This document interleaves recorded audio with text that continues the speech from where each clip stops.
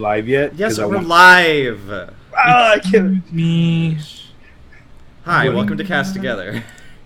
We're streaming Co-October this month for mental health advocacy. I'm glad you could join us. Yeah. I think we're up now. Yeah. So, see us. welcome everybody. I'm here to I'm dancing with you. Welcome, everyone. To the great Foray. I'm here to get my content claimed on YouTube, but you know what? I'm not scared. Let's go ahead and give you a brief rundown on what's happening here. We are playing the 4th edition of D&D, and on top of that, we're going to be playing not just fantasy. We're going to be playing, World War I inspired scenarios in which everything goes to shit. And progress proves that humanity is not so cool. We're going to go ahead and just introduce our characters one by one, and then we'll do a quick recap. How about it, everybody? Who wants to go first? I'm playing Carrick. Alright, first of all, I'm Devious Psychopath. I'm playing Carrick. I don't stream anywhere. We don't I'm need to just know here. who you are, we just need to know your character. Well, Damn. Shut down. That goes for all of you! You're in character right now! Starting now! fine. I guess I'm Carrick. Let me just fix that then. Oh my. Ooh, my. God apparently doesn't like me very much. He loves you and you know it. And I am a halfling scion. Wonderful. Hi, I'm the young Lord Benicio Montmorden, first of his name, and I'm apparently in charge of that one, or that one, I don't know where he is on the screen. But his aunt's paying me to keep an eye on him and report back. In the meantime, I'm an Eladrin wizard. That's impressive. I think I winked with the wrong eye. Eh. There we go. Wait. No, I turned my head this way, but I winked with this eye. That's not how you do it. Damn it. It's alright. If that's the only thing we mess up It's on the a- stream, we'll be okay. It's a nervous tick motion. I shouldn't make fun of Throck, that. do you want to go next? Hey, I'll go next. Hi, my name is @ThrockPlays on the tweeters. I'm Throck. We don't need to know who you are, okay? Oh, I forgot. You don't. Who need are you to know who I playing? am. I am no one. I am nowhere, man. I am nobody. Yeah. I am playing Bjorny. Bjorny is our very German dwarf who's here to kick ass and kill cultists, and did both last week, and so I'm pretty happy with that. Burnt down a house, shot a cultist in the head. That's what he's all about. Love it. In all fairness, you're German until you hear Katya's voice. And then it we falls don't know apart. what you And then are. it just falls apart. Yeah. Man, we're gonna do great. Some people just pull me in, man. I can't help it. Navigator, Russian. please give us an idea on who you are. I am definitely not a tired, caffeine, non-caffeinated person. Instead, I am a human named, everybody in this party knows me as Katya. Ooh, lean I'm in just, like- to your computer a little. You're a little quiet. Yes, bring it all the way to your Speak into the mic. Yeah. Just hold it up to your throat. Wait. Actually, do that because I want to know if that's the mic. It's not. Hello? Ooh. Yeah, it is. Is Hi it? there. It is. Say test 1, 2. Test. I want to. It's still a little quiet. What's the setting on the back of your snowball? What setting is it on? 1, 2, or 3? There's no setting. You don't have a little switch? No. Try to maybe yell into your computer. Maybe your computer microphone is still doing. Let me see. Tap it. Just- Tap the microphone. Yeah, that's the mic. It's just, Why is it so it sounds like you got a gate on it. It's so weird. We don't need gates in this game. Yeah, crush that. I have a gate. gate on my microphone. Well, that's because you're Also, a little bit for extra. some reason, Okay. my I like this. I am a little bit extra. for some reason my camera this keeps better? glitching out. Can you hear so me? Yes. Yes. I'm gonna Okay, good. I don't know remove if that. anyone else can, but If you can hear me now, that's just my webcam speaker, so we'll just do that. It sounds alright for now, yeah. Okay, cool. That's weird. We're gonna do it live, okay? Don't mind me. Okay, now introduce your character. Okay, her name is Katya, or Masha, and she is a human who doesn't strangle people or kill people for money at all. That's not what she does. She is just here to see infrastructure and meet new people.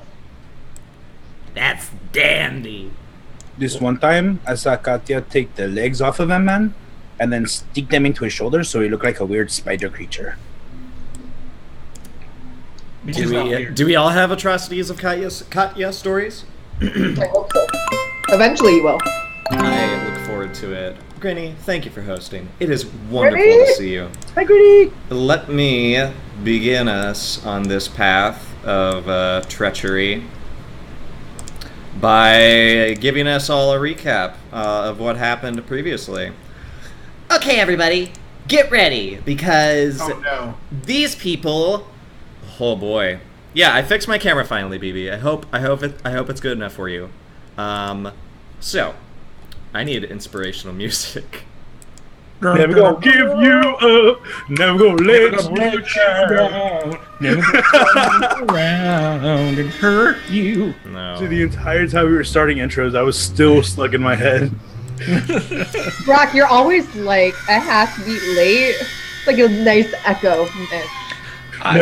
For some reason, I've got like a 2 millisecond delay on my microphone and I can't turn it off, and it's killing me.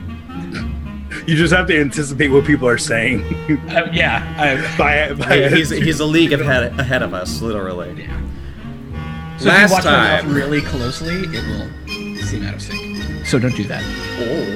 Well, last time on the Great Foray, we are in the Troscan Confederacy, which is a beautiful nation united on a very flimsy idea of, listen, we're all countries on this continent. Let's just exist and not go to war, because it turns out that's bad for business. Except, actually, war is a little. It's getting a little fun at the moment, because the Troscan Confederacy hasn't had a war for forever. And their technology and the progress of magic and armies and military technology has been expanding. And not only that, the Reeve of Nilm has recently been assassinated in Duskmore, I think. In protest. The Reeve who is definitely not Franz Ferdinand. Nope. Definitely not. We do not make real world shenanigans happen. In any case, our heroes are in the canton of Yalshire. And to go ahead, if I can get the map, you guys can actually look at the Troscan Confederacy there and see where our heroes are. We are in Yalshire, and in Yalshire, they are at Workton Hold, a fort that stands as one of the primary four strongholds that keep the borders safe in case of incursion from the nasty dragonborn of Voltmore and the fancy folks of Ettriskell. But they actually had a few issues at home. It turns out there was a sage who had been targeting some people in the hold by setting up bounties, letting the bounty hunters die, carting their bodies off, and dabbling in some Orcus business. But he also happens to be on the payroll of the delegates and What? the military No. of Yalshire. The halflings are paying for war technology. Never just a half. Well, that's okay, What the heck? because they realize, okay, we're just going to cut ties with this guy, and that's going to be fine. You go kill him. And so everybody you see here went and killed the Barkskin Sage and blew up his entire tower, and also stole his butler dog. And then broke his butler dog. His name is Ulphaneus, and he is an adorable little puppy boy who, except when he slept alone with Abby. it seems, is wearing a magical collar with which any gemstone inserted will basically infer an ability of emotion. But he basically lives with a charm person spell on him 24/7.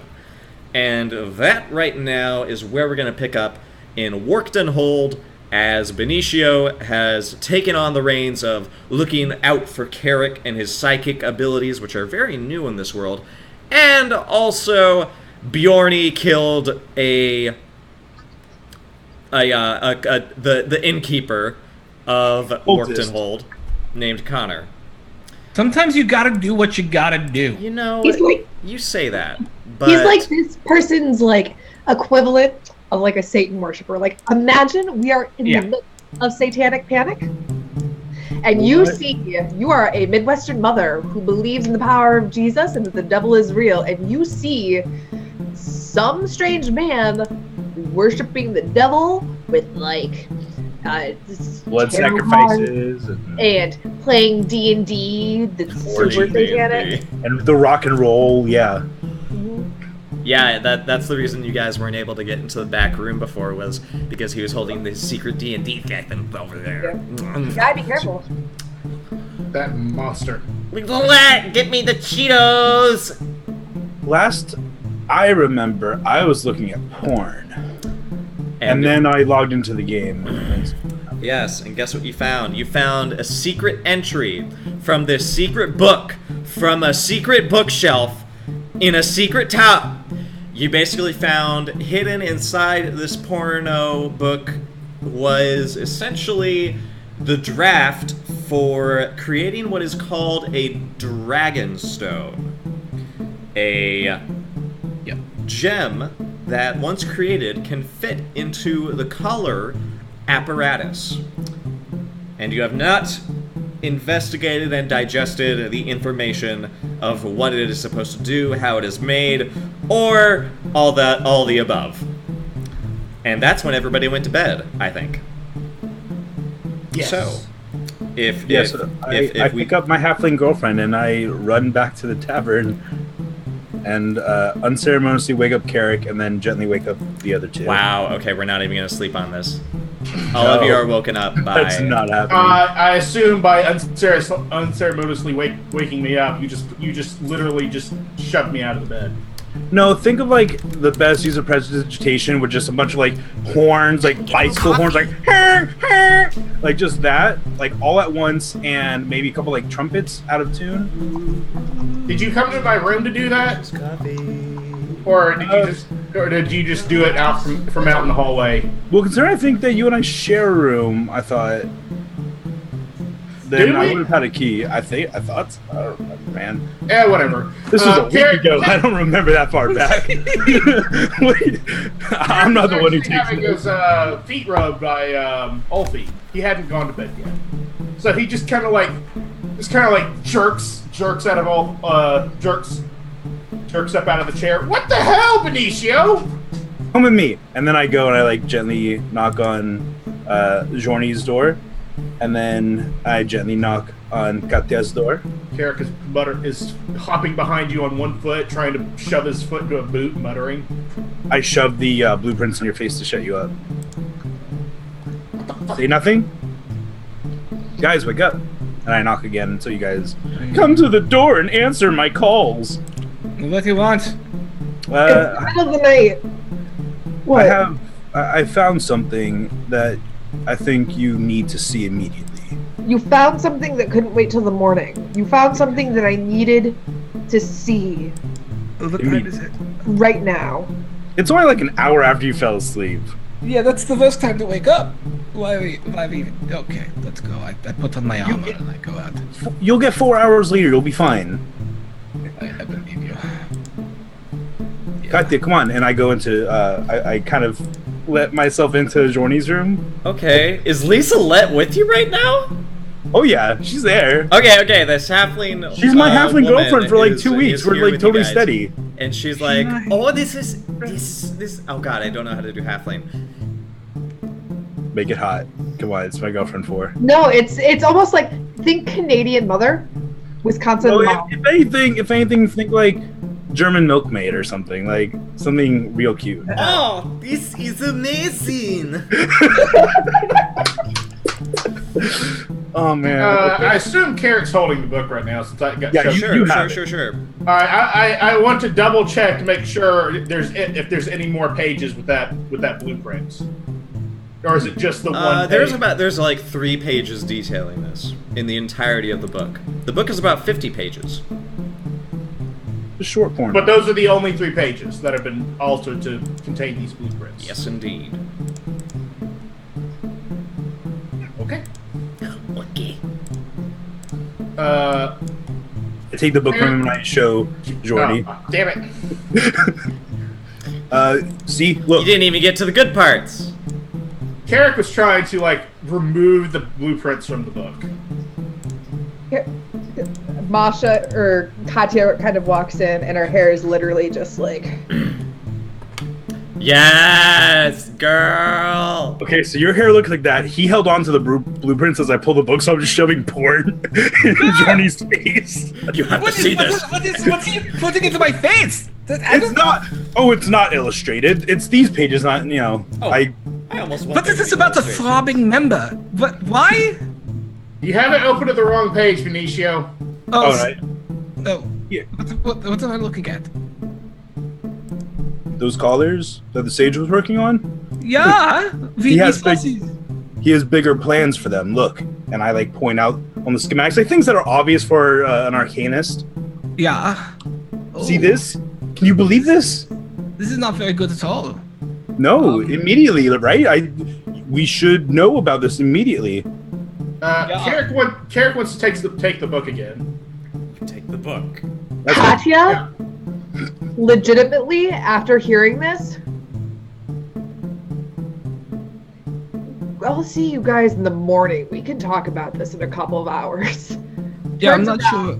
Slams the door and goes back to bed. Impressive. What the fuck? I'm easily excitable. Carrick takes the book, and I want to use Arcana on it. All right, roll Arcana.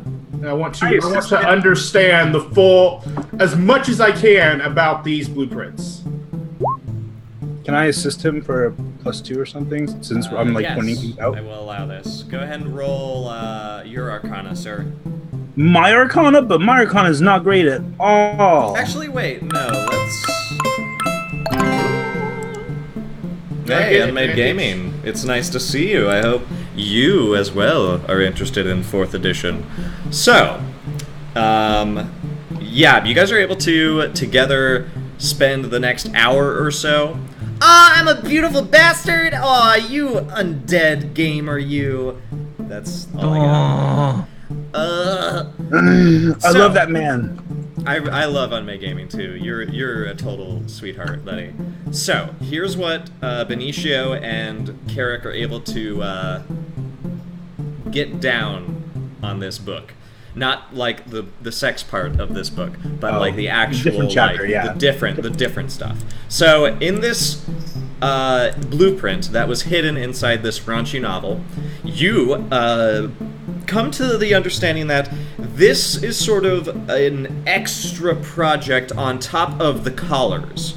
The collars, as you know, were originally fashioned to sort of keep, I guess, an individual under the influence of a charmed person spell, but this has been sort of repurposed to essentially create extremely well-groomed servants that can be automated in various ways with gemstones. You're raising your hand.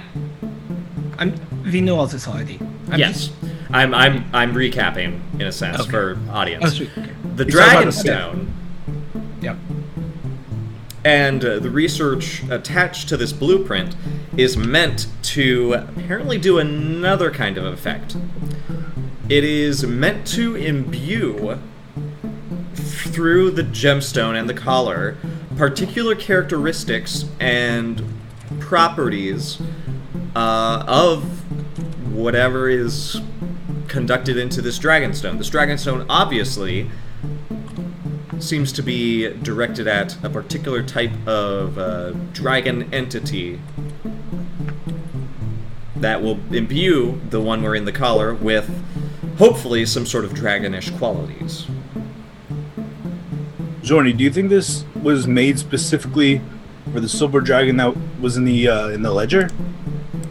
Yeah. I think. Looking through the book, does it say that they have to get something from an existing dragon in order to properly imbue something into it? It doesn't say that. It postulates that. But it seems to be struggling between, do we get something of elemental quality or do we get something of primordial quality in order to help imbue this dragon whatever that we forge into this gem? It doesn't say exactly what the gem is made of, but it's clear it has to take some part of a dragon and imbue it into a gemstone that can likely be made from arcanite. This is a weapon. They've weaponized the technology. They've gone beyond creating servants and are harnessing the power of a dragon in some way or another, which on the whole is never a good thing. And if it's a silver dragon, that's going to be very bad. Especially if that dragon is attempting to create its own army of dragon-empowered slaves with which to, create havoc in this time of crisis. I know I had previously, not 2 hours ago, so that we might be better off not going to this meeting for our own safety, but I don't think there's a way we can pass it up now. I don't think so. I think that we need to be there. Someone needs to be there. Yeah. But here's the thing, I don't know if they've met before, but I can be the Boxskin Sage. Because I've got the Boxskin thing. And I can just I almost spit and I'm like, you should not do necromancy, that's a very bad idea. 9. Oh, you meant illusionary. No, I just used the magic items that gives me Boxskin. Never mind. My mind is all over the place. I was not expecting this when I opened that book, trust me. Yeah, I understand. I was not expecting this either, but to be able to harness the capabilities of a dragon into some sort of human form is considerably worse than creating slaves. Eric, what do you think? Your input is important, and we will hear what you have to say on the subject. Carrot flips through it some more. Just to clarify, this all sounds theoretical, right? Like he hadn't yet developed the technology to make this concrete yet, right? Absolutely not. So it was still very theoretical. Yes, this is like the hypothesis moment. Out of curiosity, after flipping through it, Carrick's like, well, I think you're wrong about that they've progressed that far. It seems to me that they were only thinking about doing it. If this is as bad as you say, it sounds like we stopped them in time. My concern, of course, being that if this set of notes is as advanced as it is, and we know for a fact the Barkskin Sage was just one of many people that this kind of work has been contracted to, including the Dragonborn and who knows who else. Oh, we don't. What are you talking about? We don't know how many. If there were more people. I'm saying we can't not know because we know that because the Arcanite was also contracted to the Dragonborn, so we know that all the work wasn't being done only by the Barkskin Sage. That he might have sent this to somebody else. They might have progressed it further. We don't know who has a copy of these notes. Yeah, I agree. It is best to treat this with caution and assume that the technology is there and act with that sort of care, than to assume it is not and then be surprised. Or I have a question about the mechanics of 4th edition. Yeah! What does it take to... I know that I think I know that like 5th edition it takes a week or two to memorize a book to gain an actual benefit from it. How long would it take to perfectly memorize these 3 notes to where if we burn them, I would still be able to recall them? I would with accuracy? say it's only 3 notes, but the 3 notes sort of detail some complex algorithms. I'd say if you study them for another 2 days, you would be able to have them in your mind.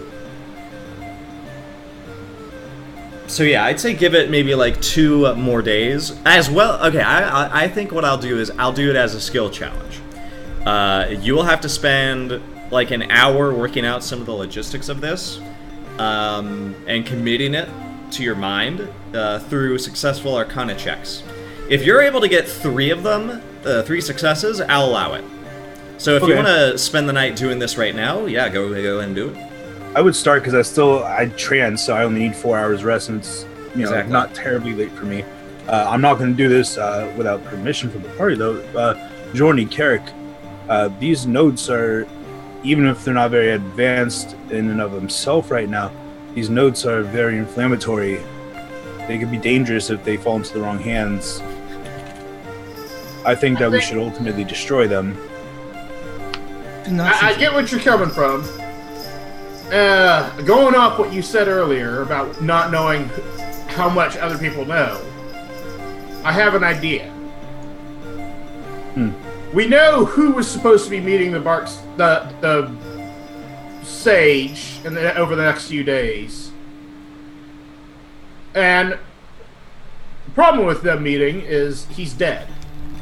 Yeah. They don't know. As far as we know, they don't know he's dead. They might know that he was contracted by Yalshire, and I just happen to be the nephew of what's the word again? Delegate. Yeah, the nephew of a delegate. The junior delegate, yes. So, I'm thinking that at least we were talking about possibly meeting these people in the sage's place, but I think I have a way to, for the most part, meet them under circumstances where they are willing to share what they were working on with us, and not force them to tell us what's going on. Yeah, I would love to hear your plan. But first up, we should not destroy that book. But nor do I think you should. Is it? Yes, preserve the porn. Yeah. You can use that. Yeah, you must preserve the porn. It is incredibly important to us. No, all I am saying is I know how to construct these. I have a basic understanding of magical engineering. If one of us should memorize them, it should be me. I'm not saying only one. I'm all for us all memorizing them. It's just the physical evidence of these notes I think is too dangerous. At least I should Here, know. let's do this. Give me the physical evidence of the notes, and I will take care of them. And then they will be into safe hands. And then they will not be here for much longer. And they will be put in a safe place deep beneath the earth. And I would like to insight check Jorny to see if there's underlying motives. Sure. Roll your insight. And I won't let Throck roll anything just yet. Yeah. It depends on how high you are. Okay, Throck, do I'm you not wanna... lying. You're not But, lying? I mean, I don't know what you want me to roll. Everything I said was literally true. I am Okay. going to send them to a place I believe is safe. That will be... I would actually, if he rolled low enough, I wouldn't let you tell us if you're telling the truth or not. Oh, okay. Yeah. So yeah. I That's think... one of those like the suspicion is real, but Yeah, legit. Yeah. Bjorn But- fully believed that were he to but- take possession of these and send them off, they would be safe. This is the same dwarf that just burnt down a house with a guy in it. I mean, I don't disagree with that action. I did something pretty stupid earlier. But it was not stupid. It was completely warranted. It was a cultist of Orcus who had a shrine to Orcus in his basement. You burn it until it's dead. Cute. I agree with your plan. Let me just study them for tonight, and you can have them in the morning 100%. at least. Good. Would I be able to gain like a partial benefit from like a smaller skill challenge from just one night? No, you will not get. This is the skill challenge is the base. 3 successes Okay. and you'll be able to get all of it studied up. 3 failures and we'll see what happens. It explodes in your brain. So I'll give them to you whenever you want. I would. You probably can do still one. You can do one tonight. Yeah, I would still RP that regardless of how many I'm going to do if I complete the skill challenge or not. Yeah. I'll still RP that I'm going to study these Yeah. again. By all means. If you fit the first one will be about the gem's structure. How much of it is made of arcanite and what are the other properties? I think that will be what you'll learn in this instance. Okay. Do you want me to do that now? Yes, because you said you're going to study this tonight. 30. 30. Success. Really? Yeah. So, the gemstone is a weird construction. The Arcanite makes up the frame of the gem. It acts as, like the silver lines in the collar, the Arcanite is meant to act as sort of like a conduit for whatever is going to be put into the hold of it, like sort of the form to fill it. You're still not sure what exactly is going to be put in there, but it's a mix of a corresponding gemstone and some other magical property from something draconic, you imagine. And from there, are we all good to move into morning? After a long rest, you guys will be getting all your healing surges back, and your daily powers will be rejuvenated. Yeah, I invite Liselette to stay the night with me. She's... Well, I'd be happy to. I mean, it's the night with me, but I'm studying all night. Yeah, but she's like, you know, you're doing a lot of studying. Why don't you do a bit of practice? You know, 3 or 4 minutes here, 3 or 4 minutes there. Yeah, I'll spend at least a few hours working on that project as well. Yeah, she's smitten, and she's quite adorable. This beautiful brunette halfling woman. It's quite lovely. Although you're kind of worried what'll happen with the inn now that the owner's dead, but we'll find out, I guess. So tomorrow passes, and I'm going to make a roll.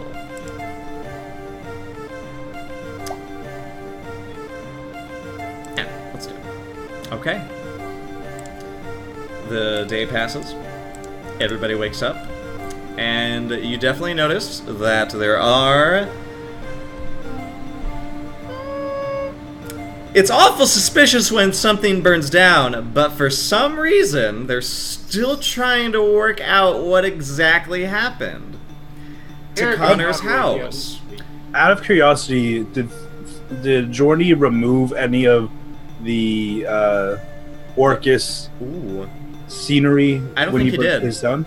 I don't think he did. Well, it was what I lit the place with. I piled it all on his body and lit it. Yeah, it would have burned. It would have burned. Yeah.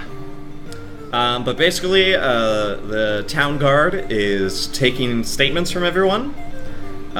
They will ask you guys about it. Bjorny, when they come to you to ask what happened, you might have to make a deception check. But they're really distracted right now with the locals. Is there any way that, seeing that they're kind of making these rounds and like realizing that Joni is the culprit, is there any way that we can stick to him and to where we can, like, myself or Carrick can say, well, we had just gotten back in town at about the time of the fire from what we heard. Carrick is asleep right now. Okay. He didn't wake up with the rest of you. He didn't wake up at all. Oh no. But that way, like, I can say, oh well, we had just gone back in town and we had I met with the delegate. You're welcome to check. Ask for me by name. Benicio Morton, first of his name. I would do something like that if they came around to join. That's excellent. That's a good way to go about this. Because I'm not lying. I'm just misleading. I approve greatly. No! My makeup! Please continue. So, go ahead and make a deception check if you want to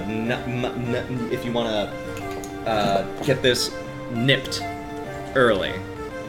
Where's Ulfie, by the way? He's sleeping in the corner. He's stolen like 3 of the pillows from other rooms.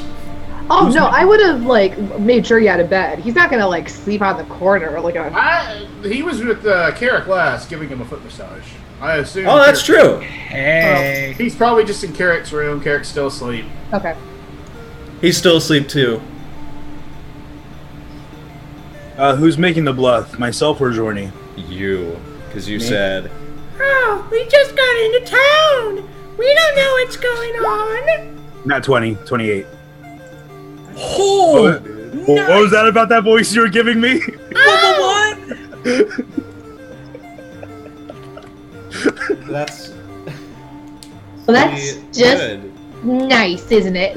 It's politics. I'm good at it. Let me roll inside. I got a 13 and you got a natural 20. They're not This is going to gonna come back question and bite me any of later in the your game. allies because of how convincing you were. You're just so beautiful. You're one, beautiful. Two, they know that Lisolette thinks very highly of you, and they care for their locals. And they think if you stick around, you'll be a good influence. That's cute. Yeah. So, Lisolette will stop by the inn because she's like, I kind of work there, but you know, I don't know. I think I kind of feel like I have a responsibility. You know what that feels like? I know exactly. Lisolette, Yes. may I have some coffee and also some bread with some butter on it and maybe some like scrambled egg. That's pretty lovely. Okay, yeah, I can definitely get the bread and the butter and the coffee. Scrambled eggs are gonna have to wait at least a few minutes because, as you can see, my employer's dead.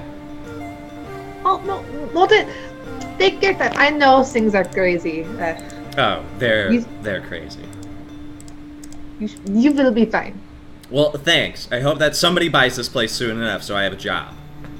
How much does it cost? Ching! How long has it been since everyone else woke up? I'd say it's probably 9 in the morning. Okay, no, Carrick's still asleep. Okay. have an I'm gonna go ahead and say she doesn't know, but she knows from her. She was young when it was built, and Connor spent about possibly a few $100,000. No, not 100,000. He put down a hefty mortgage. Let's just say he built it and he put down a hefty mortgage. But Yeah, he did get some beneficiary deals because Workton Hold needs an inn. Essentially, they needed like a place like this for travelers.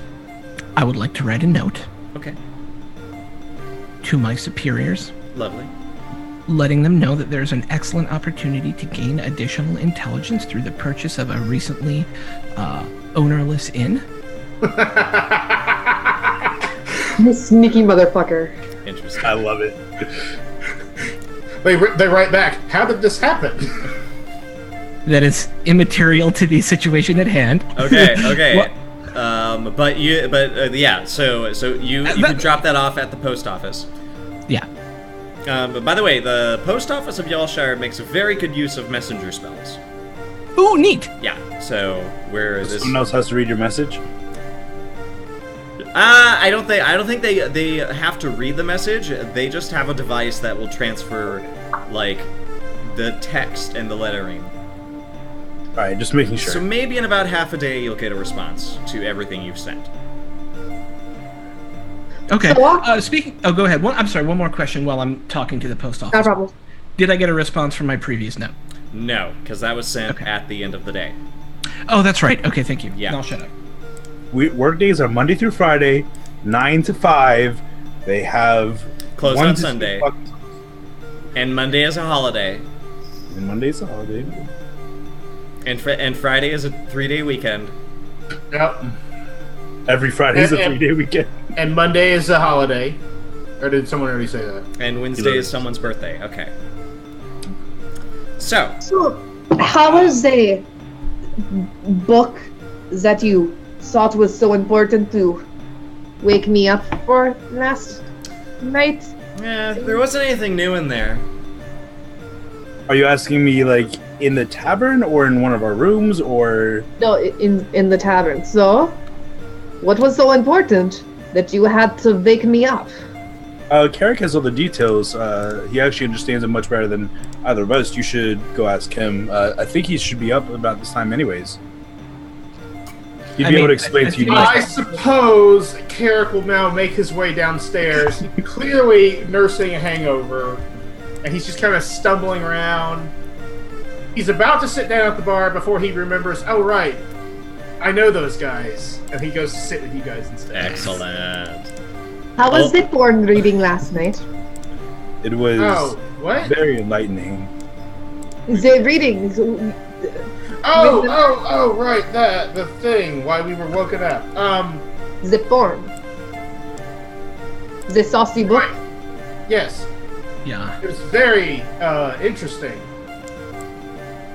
The author's clearly a gourmand of flesh. Let me get some coffee.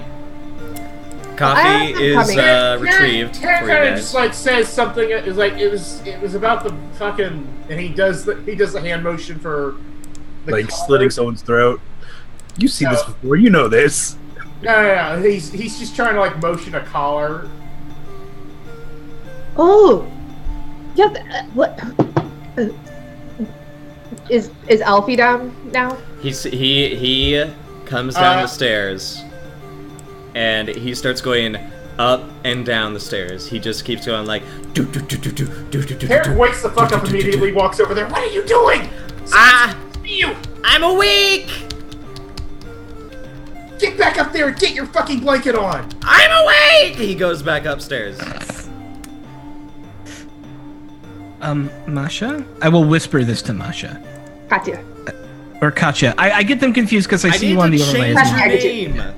Here, I'll switch it to Katya. Actually, that might be easier. Yes. Yeah. Katya. Yeah. I believe we will have to deal with him.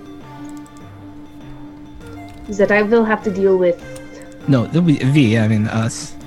You know, I believe that he's a creation of evil.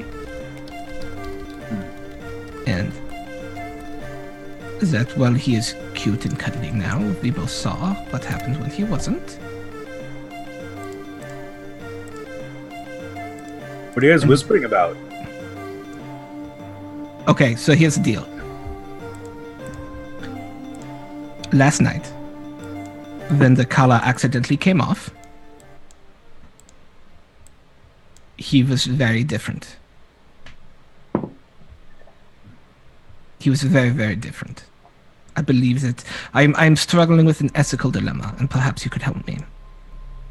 This is a creature who is mind-controlled, and whose base nature is possibly dangerous to the future existence of us. And is only the way he is because of the collar on his neck, which is enslaving him. So not only is he not allowed to live his true nature is possibly a threat to us. My What? most urgent question is, do we destroy him on the possibility of him being dangerous? And I wouldn't fault you if you did. That would certainly be the one of many smart avenues. On the off chance that his base nature is not evil incarnate. Yeah. I cannot say it was evil. That is not... I don't know if this is necessarily evil, but he was incredibly different with the collar off. I think at the very least, we can learn from him. We can study. And if the time comes where he does present a danger, or he merely falls into hands that would make him dangerous, then we can deal with it. I don't think today is that day, though. Carrot comes back but keeping a hand on Ulfi with the blanket over him, so it looks like a hood, so that no one can see. Yes. No one can see the dog face. He what? By the way, are there other patrons in the tavern with us right now? Or- Not in this section. Not in this section. But you do hear activity in the other section. Alright. Carry Oh, on. I thought we were out in the. Okay, never mind. No, we're waiting on breakfast. As My usual, girlfriend's- I will just look at the two of you and go, I just don't like loose ends. I understand, and as I said, I won't fault you for whichever decision you make. Just, Well, I feel like we are as close to a party as a party can be, and so I don't want to make a decision without a group of you. We're party? We are having a party, yeah. See, it's a Oh my breakfast party. goodness. Usually, I'm not allowed at the parties. I usually serve the parties. what kind of parties do you serve? Let's see. One time, we had a total of 3 people show up to the tower. It was 3 great. people. That is quite a lot, Yes. and you were able to serve them all. Every single one. And I was in the kitchen most of the time, and they kept drinking all the wine. At this point, out of curiosity, would Lisa Let have seen Ulfie last night? I don't think No. Not that I'm aware of. I probably would have made sure not to let some random halfling just like. Like, it probably slipped the Eladrin's mind just saying. Oh. Alright. Great! Can I have eggs? Because Lisa Let comes in and brings eggs. Yes, Wolfie. Have some eggs. There's some water, but I need you to eat all of those, okay? Do you have opposable thumbs and, like, hands? He does. or He does. paws? They're fuzzy. Carrick's just kind of. Carrick orders a coffee, and as she leaves, he finally starts. He goes into detail about what was in the books, about what his impressions of it. Yeah, and Lisa Let is like, anybody else need anything? Now, you eat those eggs up, darling. You need to grow big and strong, right? And he goes, of course! Nom nom nom. He eats the eggs. And Lisa Let is like, he's really cute. We just got him. And, yeah, she'll leave and bring coffee and anything else you guys need. And she says, I'm a little busy, so after I get you coffee, I'm gonna be a bit, okay? I give her a hug and then let her do her thing. We just had a caravan come in. Well, what's in the cabin? Do you know? Oh, it's few interesting characters. Let's see. There are about 7. Most of them armed. One of them looks really creepy. One of them looks really buff. And then there's one really bodacious woman out there. Who was the Barkston Sage set to meet anyone today? No. Or tomorrow? Tomorrow, yes. The dragon he was supposed to meet. Torkin. Torquid. Carrick speaks up. Okay, Twerkin. started to go into an idea I had last night. I am going to wait in front of what's left of the tower and pretend to be there on behalf of Yalshire. I'm going to tell the Dragonborn that he kind of gathers his thoughts for a minute. He's still really hungover. Going to tell him that unknown agents have killed the Barkskin Sage, and we were hoping to get the rest of his research from people who were working with him. It's the Dragonborn. Hopefully, they will buy that and freely give that information without a fight. Dungeon Master, are Dragonborn in your world still that very proud people? Like, you don't... They're very stubborn. They're... Okay, that face says it all. So basically... Their 2 traits are honor and passion. So that hopefully Carrick, says everything you need to know about them. Carrick, well, I appreciate you giving this some thought. I was just not telling the Dragonborn anything. They might not take that very well. I would approach it maybe a little more delicately. Unless it's antiquated thinking, as far as I know, they're still a very proud people and easy to offend. Unless you'd like to face off in combat to the death for your honor. I don't think that's part of it. I think he was just trying to get information. Oh no, I'm being facetious with the last part. Oh. I'm not saying it's going to work. I'm just saying let's make this our plan A. If he does not give us what we want freely, then we go to beating him up and taking whatever's on him. Well, those are both plans. Do we have any others? We can discuss this. We still have a day and a half before we need to be there. About giving like travel time, right? Yeah, it takes about like half a day to travel there, essentially. Okay. We have a little bit of time. We can think this through a bit more. Katya, what would you say?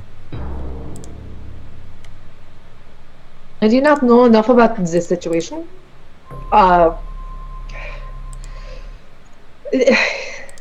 Depending. I am not sure that the Barkskin Sage and the people who are going to visit them are that much of my concern anymore.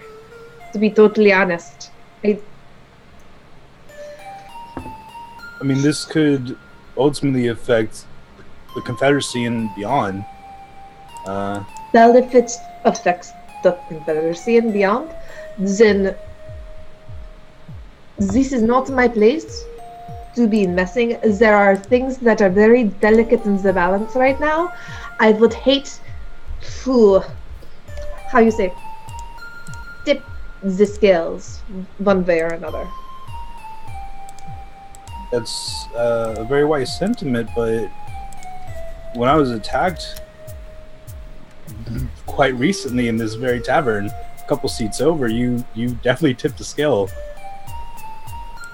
I did nothing. I may have incapacitated some people, but that's because they were being obviously violent in a bar. However, this man, this Barkskin Sage, is one. Seems fairly influential, and two, I don't know how far his connections go. I do not know where exactly they are. I do not know who else he was working with. I do not know what other cantons he is working with.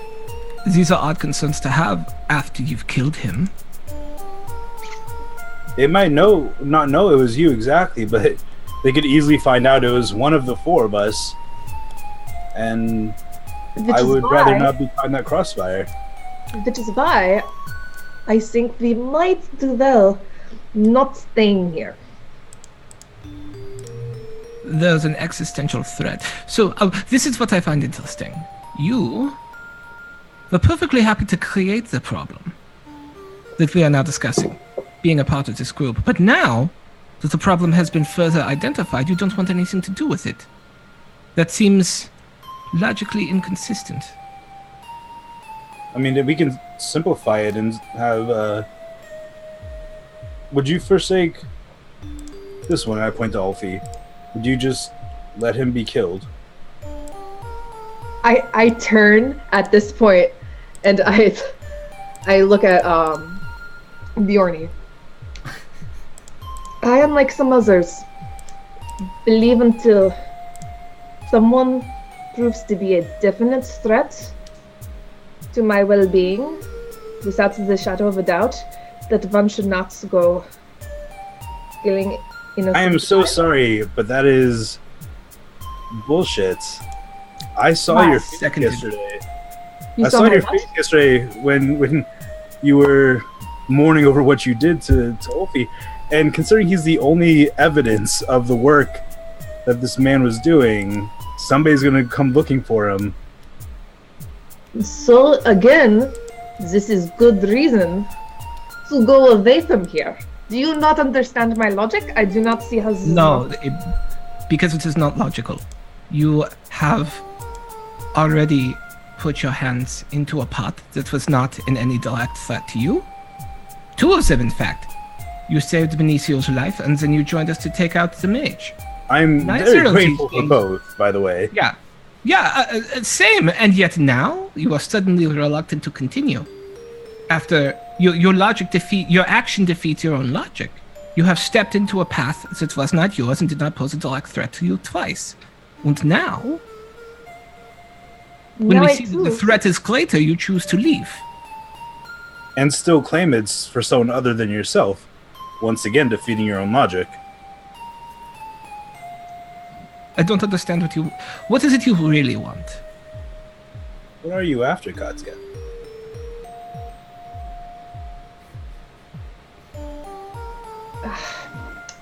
See, and she kind of lowers her voice. This is where things get sticky. this is where things get a little bit...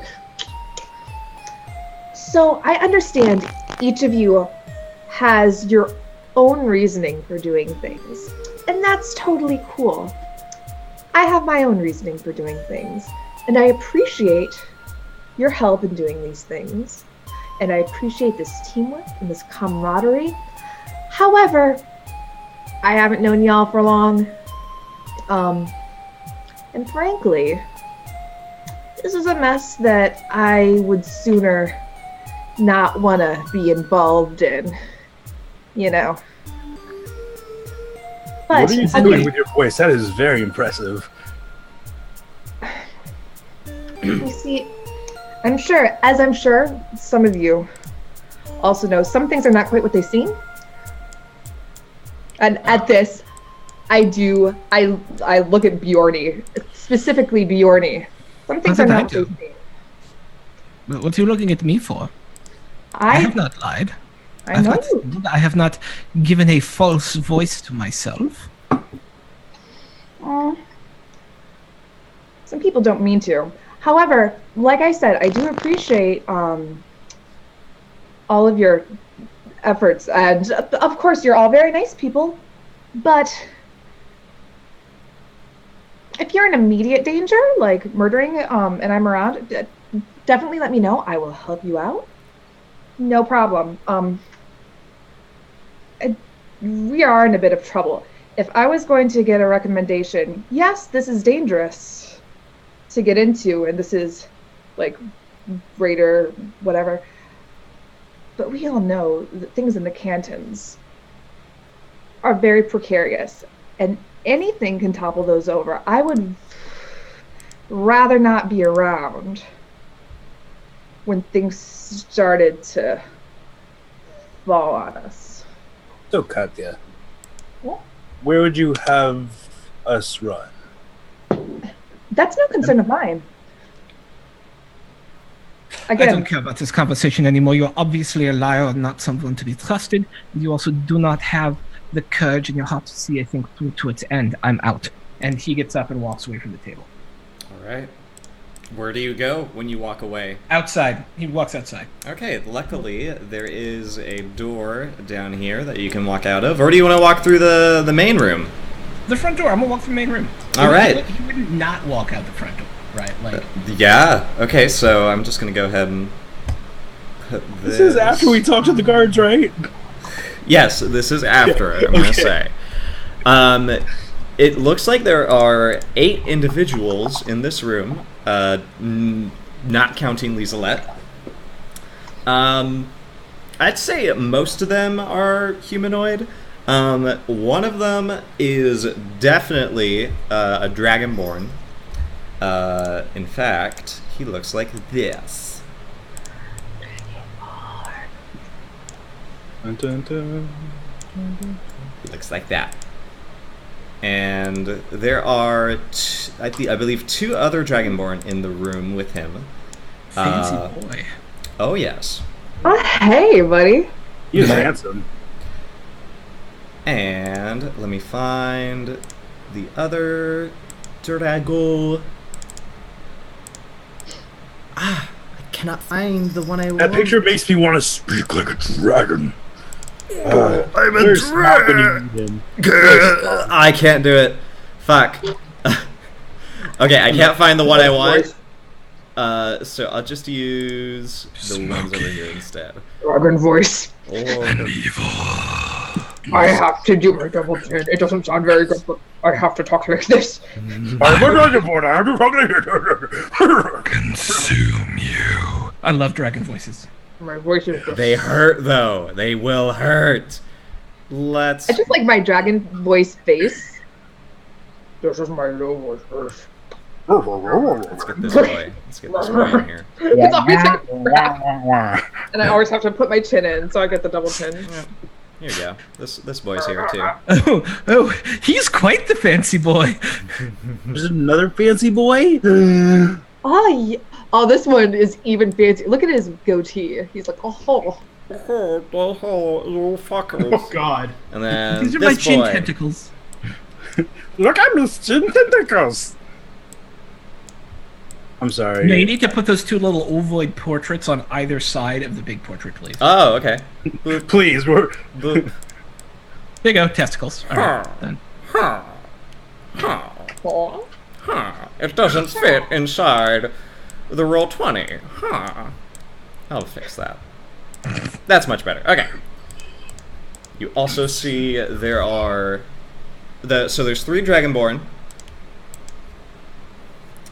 There are 2 humans that are dressed in armor and armed with weapons. There is 1 very buff woman sitting near the fireplace. She carries what looks like basically a big club that was ripped from a tree somewhere, and has been turned into basically a bludgeon. And she has like beautiful copper skin, as well as various tattoos that run along her arms, as well as one that sort of crests. It's like a crest moon over this portion of her face. Boy, you had me at bludgeoning. All right, then. And then... and then there's... That's 5, 6. The last one is a young human male who is sitting by himself in a corner, and you see that he is richly adorned in a silk robe with sunken eyes and this sandy blonde hair that is just unkempt and sitting flat on his head as he sort of stews over a coffee mug. He does have several rings on his fingers as well. Fancy boy. He's a very Only fancy Jorny's boy. seeing them, right? Only Bjorny right now, but if you guys enter, you'll see these guys as well. Is it Bjorny? I keep saying Jorny. I'm so sorry. Bjorny. See, now you're making the fail. Once I got it all together, yeah. Yorny. Yeah. Here's Bjorny the Bugman. I'll go ahead and put the woman here. Oh man. The claw. Yeah. So I'm gonna take a mental note of each of these people. Okay. And then walk outside. Cool. And I'm gonna ask people outside who the heck these guys are. There's another Dragonborn out there. You ask him? Yes. I will actually. I will come up to him and go, "Hello, you new to town, yeah?" He looks at you very, very enthusiastically and says, "Well, yes, of course, I am new in town." And he is a blue Dragonborn. He's very chunky. And he has with him what looks like a trident and a net sort of hanging on his belt. And he's sort of tucked, his rolls of belly are sort of tucked into his armor very, very tightly. So he sort of doesn't like turn towards you. He sort of like just swivels so as not to cause him discomfort. And he has also little like neck noodles on his chin, his flabby jowls. Do not touch his doodles. And he looks over and says, "Well, yes, there's a lot of characters in there, aren't there?" Yes, what is, are you just passing through? Are you here on business? I tagged along with Torkin, and he's a very good fellow. Yes, I joined him with his compatriots, and we picked up a few more stragglers as well. It was very nice. I see that. Who's Torquin? Who is that? Torquin? Oh, he's the fancy boy. Not the fancy boy. The Dragonborn. The fancy Dragonborn. He's very... he's very keen.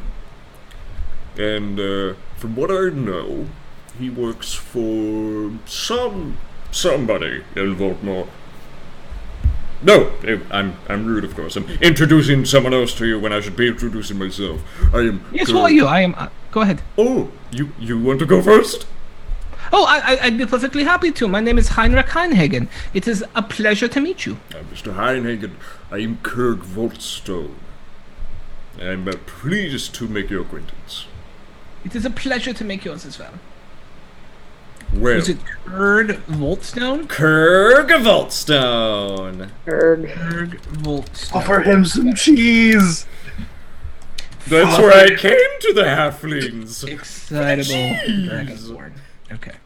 I Sweet. swear, if you make him a bad guy for, I will not forgive you. Oh, he's a bad guy now. He's He is the main antagonist of the entire campaign now. Now that you mentioned that, it's gonna happen. It is very nice to meet you, Kurg. What is... So you hopped on with what, Tarquin? Torquin? Dorkrin. Working. Torquin. Yes. Twerking? Jawohl. Oh, no, not Flap, flap, twerking. flap. No, I'm Yeah. afraid not. Okay, no. 9. Good. So, but what is he so keen about? What is... Oh, I You seem very excited to be with him. Oh yes, well of course. I enjoy making acquaintances.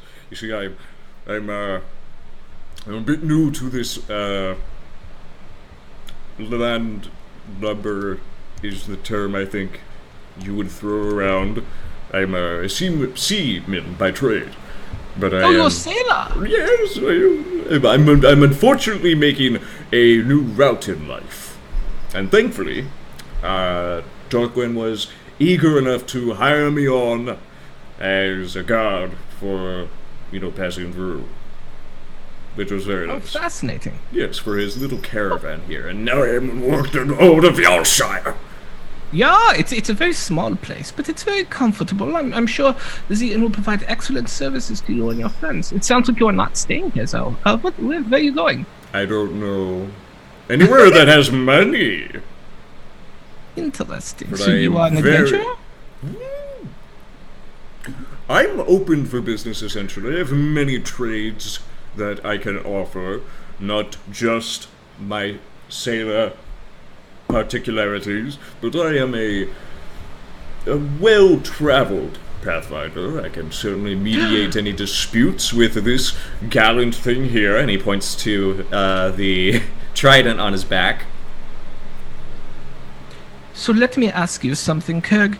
I know you have come this far with this caravan, but you seem like a goodly sort to me. Really? Well, I'm glad I made that type of impression to you.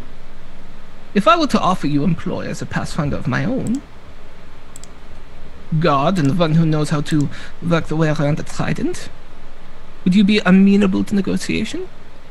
I think I would. So long as you understand something about how I do things. What is that? That I do it with a smile. Anything that makes me frown, I will not do. Well, okay, so let's get specific about that. If I'm to bring you into my employ, I should probably know what makes you frown. Oh, well. Let's deal with more like, who are you? What are you doing in Yorkshire? What sort of people would you need, unless you just want a very large and scaly bicep to dissuade conflict, or is it the rest of the girth that I possess? No, I'm sure your girth comes in handy in a fight. It's good to have a solid, stocky body. I myself am, as you can see, a dwarf, and so I know the benefits of having a good low center of weight. Oh yes, well the benefit of you creatures, and by that I mean anything that doesn't deal with scales, is that your skin is most adaptable to a heavier frame. Dragonborn gets a little tight. Oh, I can imagine it must be like wearing scale mail all the time. And you do notice, like, in some parts where, some of him is sticking out, the scales are sort of like whoa, yeah. Yeah. Oh, that does not sound comfortable.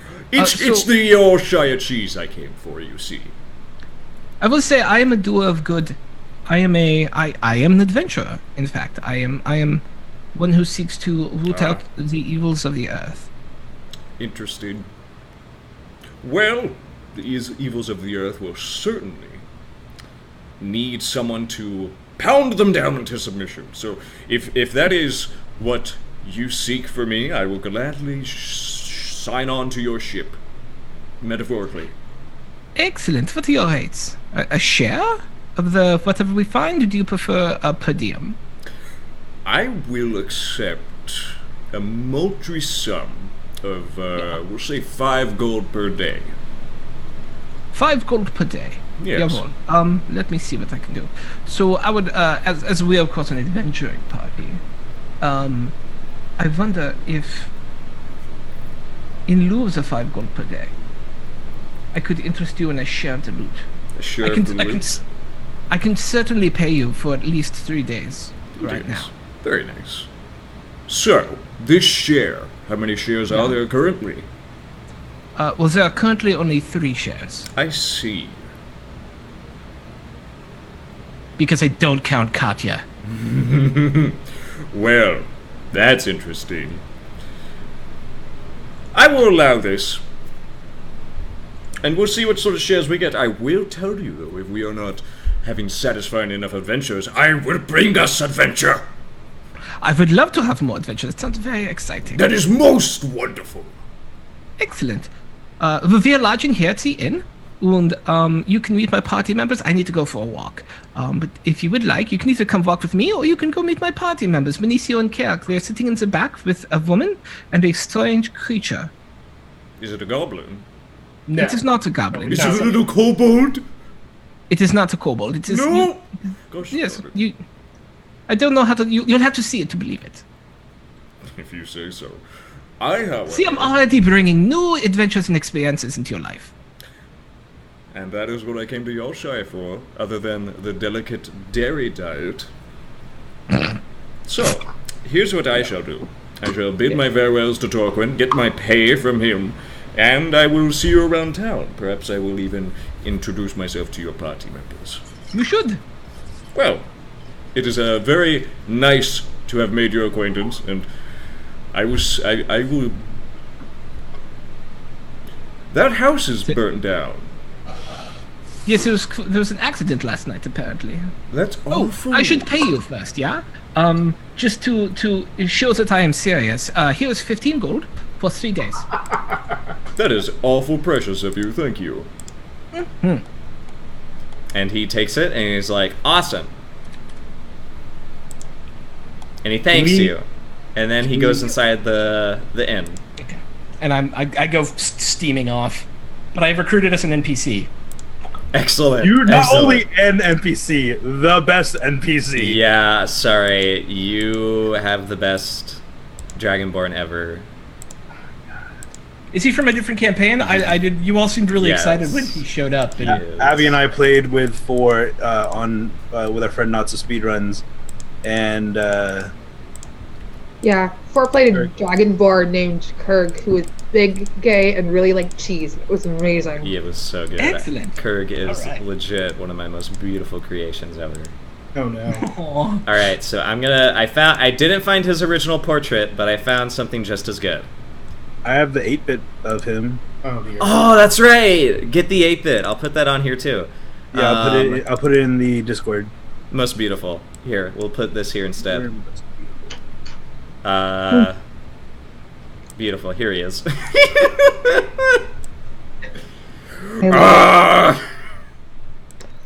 Amazing. Amazing. All right. What do the rest of you do? Because I feel like we're gonna have another RP episode, which I'm totally fine with. Okay, so I want to. Can we go back to the he storms off? Because I think that I don't know if I'm really reacting to it, but Carrick, if you needed to react to that, by all means, my friend, All right. I react to it. I need to get in that headspace again. Pretend like you're storming off again, Bjorny. You are a liar, and I don't want to be in your party anymore. I push away and I walk out. That's rude. Hey! Carrick is just kind of drinking his coffee as he watches Yeah. Bjorny leave. Damn. Look, both of you.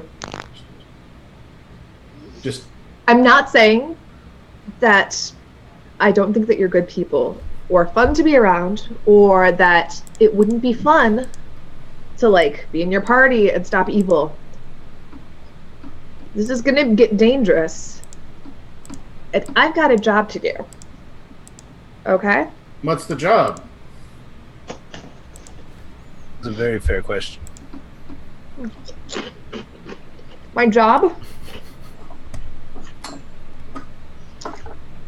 My job is to.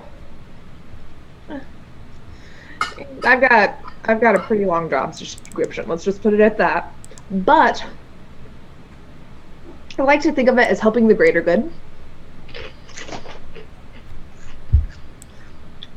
But that being said, I really don't want any hurt feelings or whatever. At this, I turned to Ulfie. Ow! Little guy, it's totally your choice. Like, you can. I might not be staying with these guys soon. You are more than welcome to join me or stay here. I feel like you've got a lot of like cool people here, but like I said, you're gonna leave. I might have to.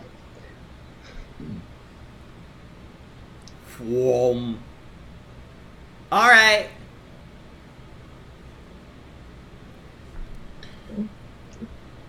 All right. He licks his breakfast plate clean. Eric just kind of finishes his coffee, nods at Katla. Well, if it does come to that, I suppose it's been nice. It's been good to meet you. It's been wonderful to meet you guys. Seriously, I don't think I've had this much fun in years. Like, glad to provide. No, I've got to say, I had an interesting couple of days. Right? Especially with that alarm going off. It's been interesting. And with this, I don't know where I'm sitting, but I'm close enough to where I reach to take your hand. And I say, don't knock it till you try it. I kind of slowly withdraw and pat the top of your hand, but I understand you don't want to get involved in a way that'll tip the scale. And I understand fear. And I understand there's no shame in that. no, you're totally right. There's no shame in fear. But I would ask you to reconsider if there's such thing as a greater good that ignores the good of the moment. And I politely will take my leave. All right. Hey, what happens to the inn now that the guy's gone? Carrot just totally interrupts the touching moment. I'll probably walk right past Oh. Kurt and just like walk out and. All right, yeah, don't answer my question. Oh, I I didn't know you were Carrot, talking I'm to me. Oh. Somebody will probably buy it, I'm guessing. Carrot thinks for a moment. I got something to do. He stands up. If you're gonna leave, don't do it yet, because I need someone to watch the kid. And he leaves. I'm going to be here for a while. Or not a while. I'm going to be here for at least a couple days. And as he leaves, I kind of look down at Ulfie. Well, that was an adventure-filled morning. Carrick is going to go to the hold. The hold? The warden's hold to see the delegate or the warden? The delegate. All right. Or the warden, who he's going to ask him about the inn, so whoever would be more appropriate for that. Gracious. And, In the meantime, I'll probably go to the dead drop to see if I get... Okay, so you're going to the dead drop, and Benicio, where are you going? I'm taking some time to reflect at the docks. Okay, so you're going to the docks. Let's go back to Workton Hold, so we can... Okay, everybody put yourself somewhere. Also, I probably still have the porn book on me, because I don't think I actually handed it off yet. That is acceptable. You may have the porn book for now. Would this be the most docks, or is this more like a better reflecting area to like look out and just like... Yeah, that's more like a riverside. This right here, over here, is more like the docks. How do I do my... I would like scenery, so what has the most like contemplative scenery? This right here. That's where I go. Or one of these islands. I'm not going to walk on water anytime Okay. soon. I know that you all think I can because I'm so beautiful, but let me level up Carrick, a few more and you're then I'll going take to water the walking. Warden's Hold. And Katya, you're going to the Dead Drop, right? With Ulfi, yeah. Okay. And where are you going, Throck? There's a very nice bridge outside the walls, and I'm going to go lean on it wistfully as I sink and wait for a response from my leaders. Awesome. Okay. Bjorny! All right. Here we go. Abby, Yes. you're the first one to get a scene. Okay. Someone follows you out of the inn, but they don't approach you. You don't notice them just yet Okay. until they get closer. It is that strange young man right here.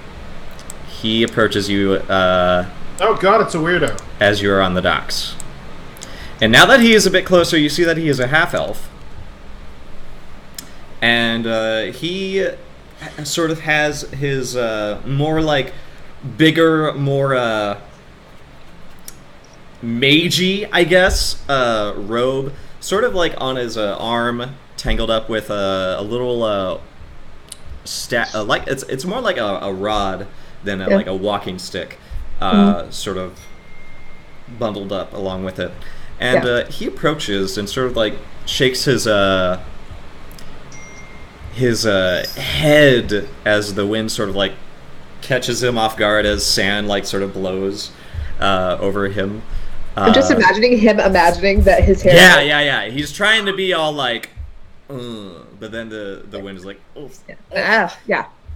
And he's sort of like, you notice like his fingers are adorned with rings of various sizes and color and stones.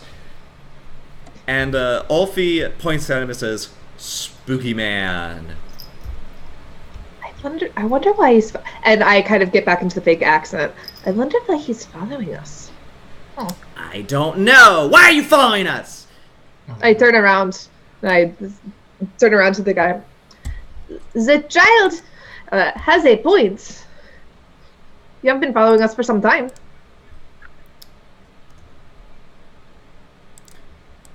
Hello, comrade. He what?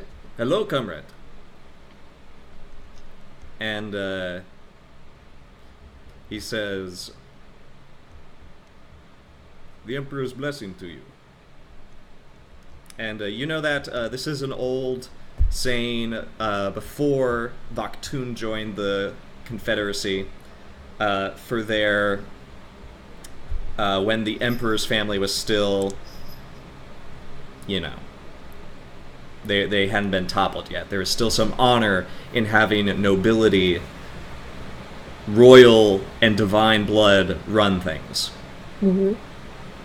Vakhtun yearns for those days at times. They look back on those days as something went wrong when the Confederacy came in and brought divine separation. And he says, Is it alright if we talk with that one right there? He is an impressionable young lad. He can be trusted. Pretend that my normal accent is a Russian accent, y'all, and it'll be fine. okay. And he says, So, hello, I am Vlado Moldovan. and he offers his ringed hand. I'm guessing you know who I am. Yes, I do. Wait, what was his name again? I need to write this shit down. Oh yes, I should copy and paste it. There we go. Yes, sir. That's it. Vlado Moldovan. Vakhtun. Thank you. Yep. Yes. All right. And he says, I read your leavings last night. They were not very what we were looking for.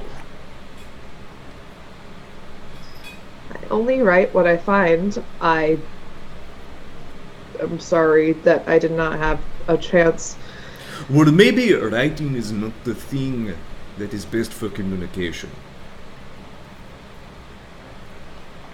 I think it is much easier if you perhaps enjoy a walk with me on this very nasty beach.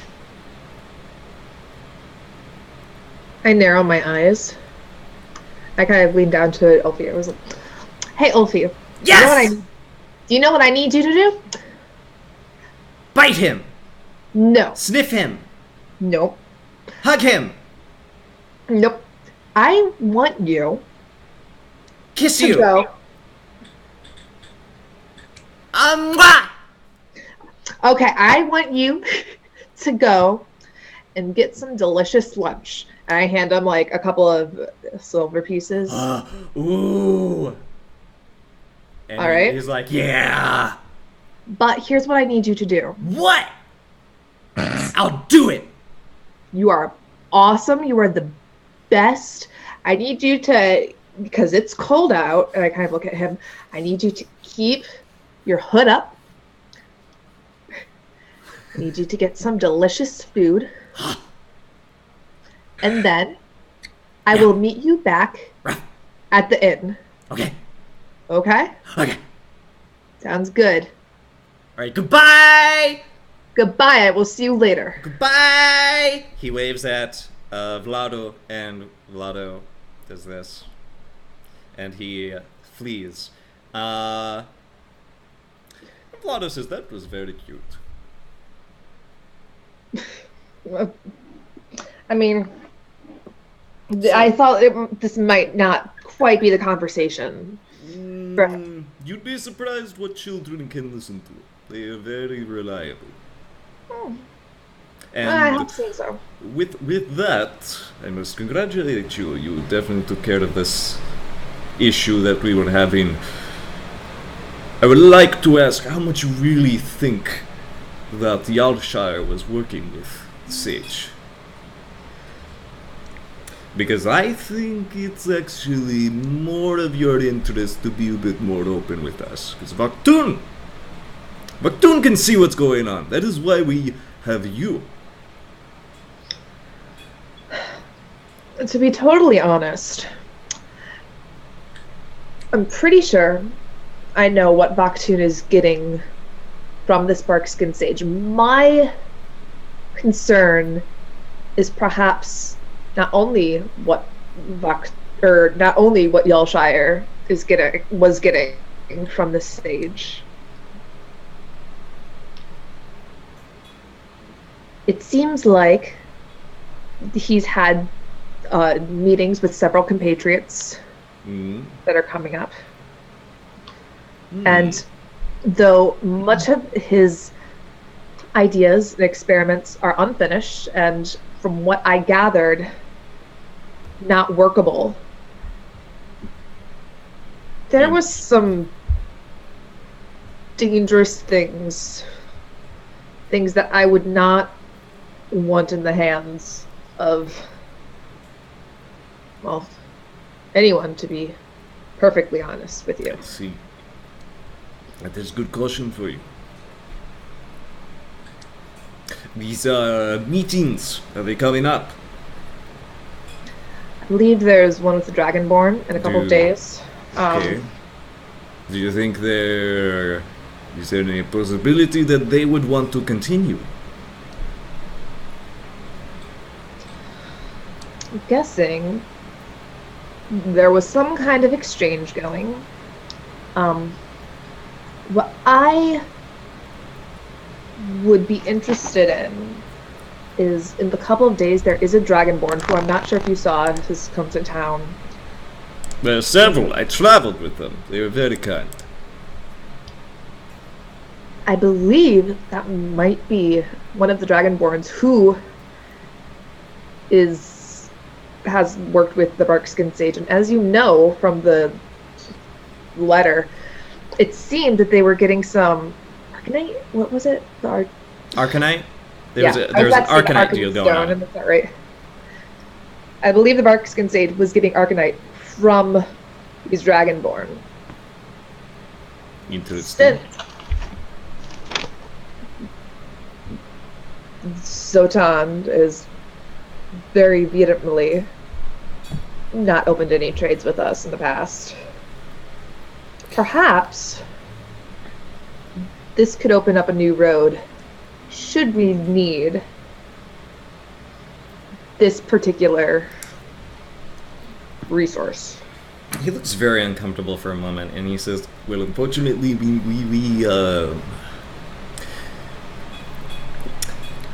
this is important information for you. You've been spooked by that kitty." Kitty cat. And he says, "So you know about Nilm and Duskmore?" Yes. Yeah, that's going to go badly. I And figured. the Yes. tune is getting set to march. We've been getting set to march for several weeks now. Are we going to be the first? We hope to be. That is what this war will be all about. Who can march first? Especially with the manpower that we have. Now, we already are in talks with Halati. And we also see that there are murmurings that Nilm is going to be possibly align itself with one of our happenstances here. Whether or not it is Fortmore, Yorkshire, or the town means what southern direction we're going to march. We will march south. I would need you to figure out if any of these places are going to ally themselves with Nilm. And I think, following what this sage was doing, very important. Yes. This changes things. Yeah, unfortunately. Because I would love to march on Yggdrasil rather than any of those three. Peace talks, war talks, they're all happening right now. It is very bad. Yes. And Halari is even importing some mercenary companies to fight. And who knows what Babuli is gonna do. This... You should be grateful we stationed you here. A place that is safe. At this, I kind of... Yes, of course. I will put feelers out. I will see what's going. Last question. Very important. Are there any infernal activity or divine activity we'd Believe there like to has know if been some. Yorkshire is relying on forces beyond? Here, just a second. I need to get my headphones. Okay. Masha, No. Masha gets quiet and is very...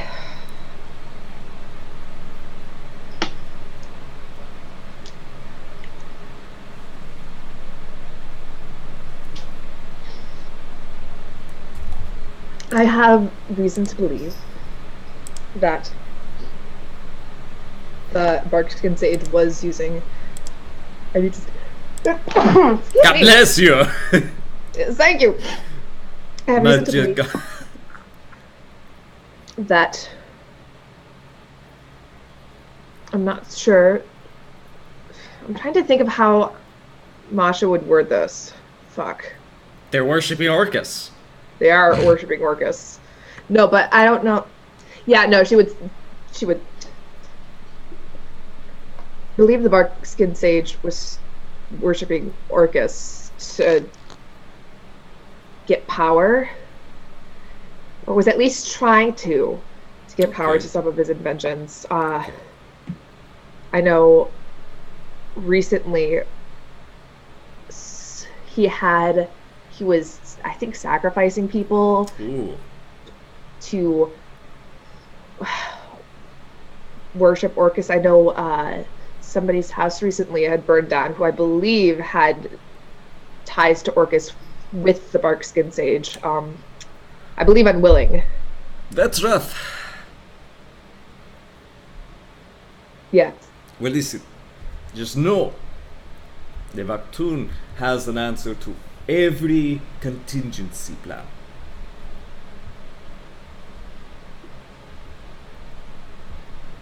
I very much hope that this does not have to do with any infernal powers. It seems like it's very dark stuff, I'm sure. And she's looking visibly uncomfortable and a little bit scared. He laughs and says, "Oh, Masha, if only you knew what some of our cantons are working on, you would fear nothing that the gods could do. If you can follow this thread, leave the dead drop, same place." Of course. Thank you for the information. Well, no problem. I'll keep in touch. I have to depart for a little while, but I'm eager to meet you again. Safe travels. Aye. And he heads out. Fuck. Okay. So, If you go back to the end, Ulfineus has caught 3 rats and has bitten their heads off and ripped their tails off and has made the tails into earrings for you. I take them a little bit. You caught the rats! Did you find their hidey holes? No. I didn't. I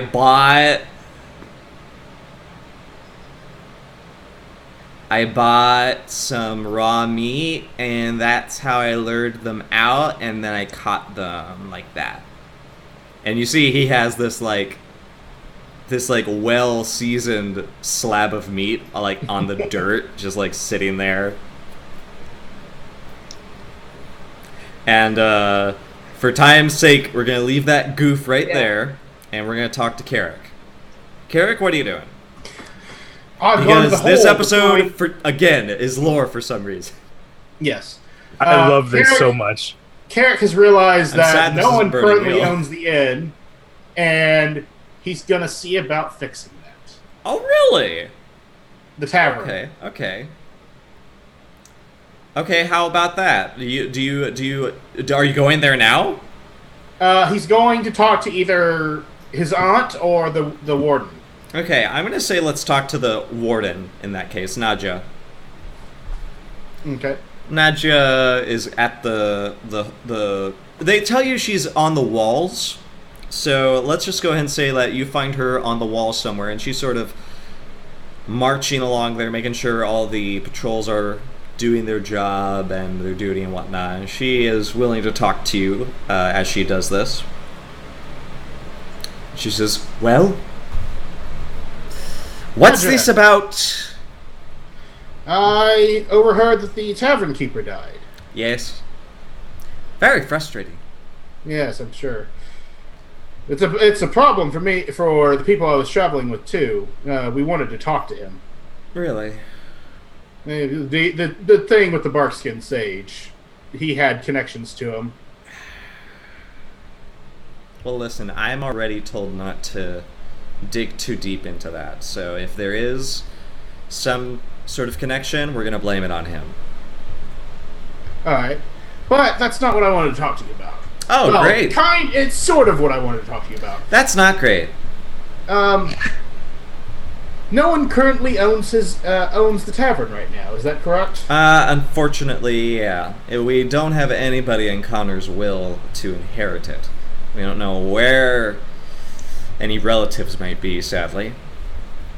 Well, what would happen to it if things continued as they were? Well, we would repossess the property and take the funds generated by it that he hasn't made taxes on, and hopefully try to, I don't know, dole out some entrepreneur who wants to take on the role of innkeeper. You know, if you... I mean, this isn't the best place to start a life, if you get what I'm saying. You're living in a war for it, basically. Well, there was his assistant. The waitress? I'm not saying give it to her. Uh-huh. But perhaps she knows enough about it to keep it running, and, well, Whartonhold needs an inn either way. That's a good point. I mean, we'll certainly talk with her, because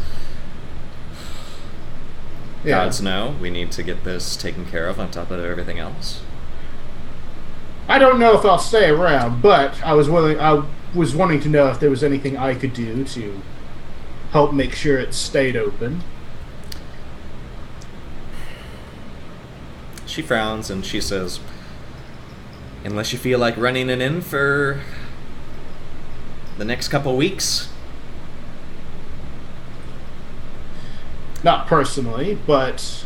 Then no, because that takes personal charm and you don't have it. Right. He goes to find his aunt. Okay.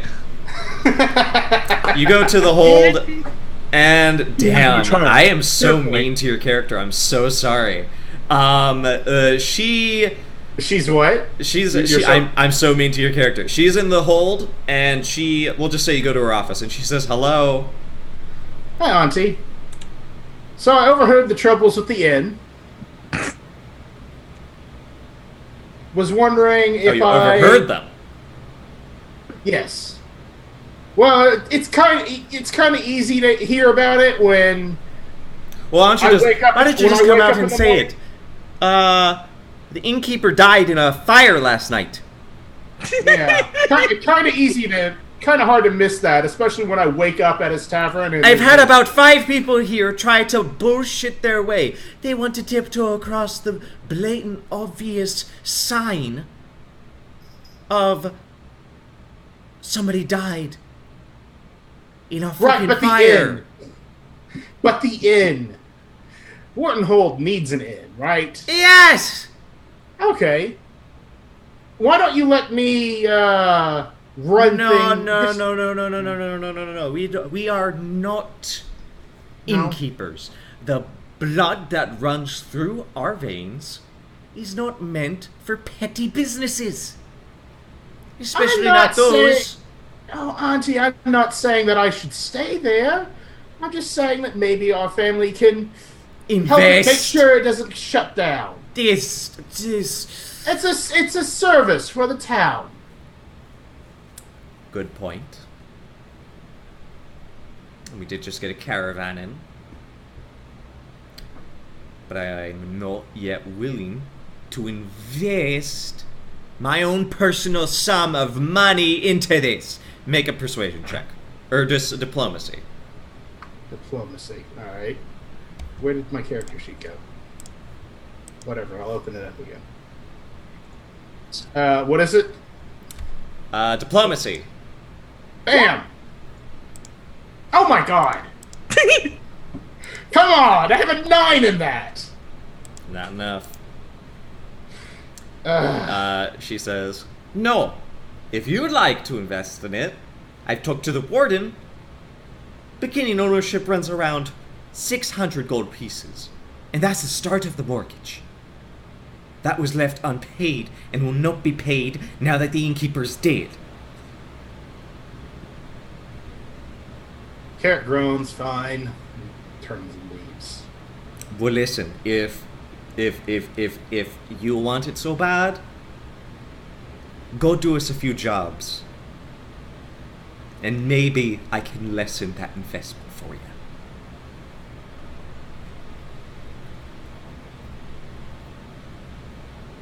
I'll consider it. Fine. Where can I find these jobs? I'll send notice to the young Lord Benicio. Great. He'll be handling that case. Kirk leaves. Speaking Before of... he leaves, he does distract on her again. Ah! He does! Oh! You wonder why she treats you this way? She doesn't know it's me. Many curses. Throck. Yo! A young postmaster of Warkton Hold, who happens to be one of the guards in town, comes over, and he says, hello, hi, you got some messages, sir. Well, thank you.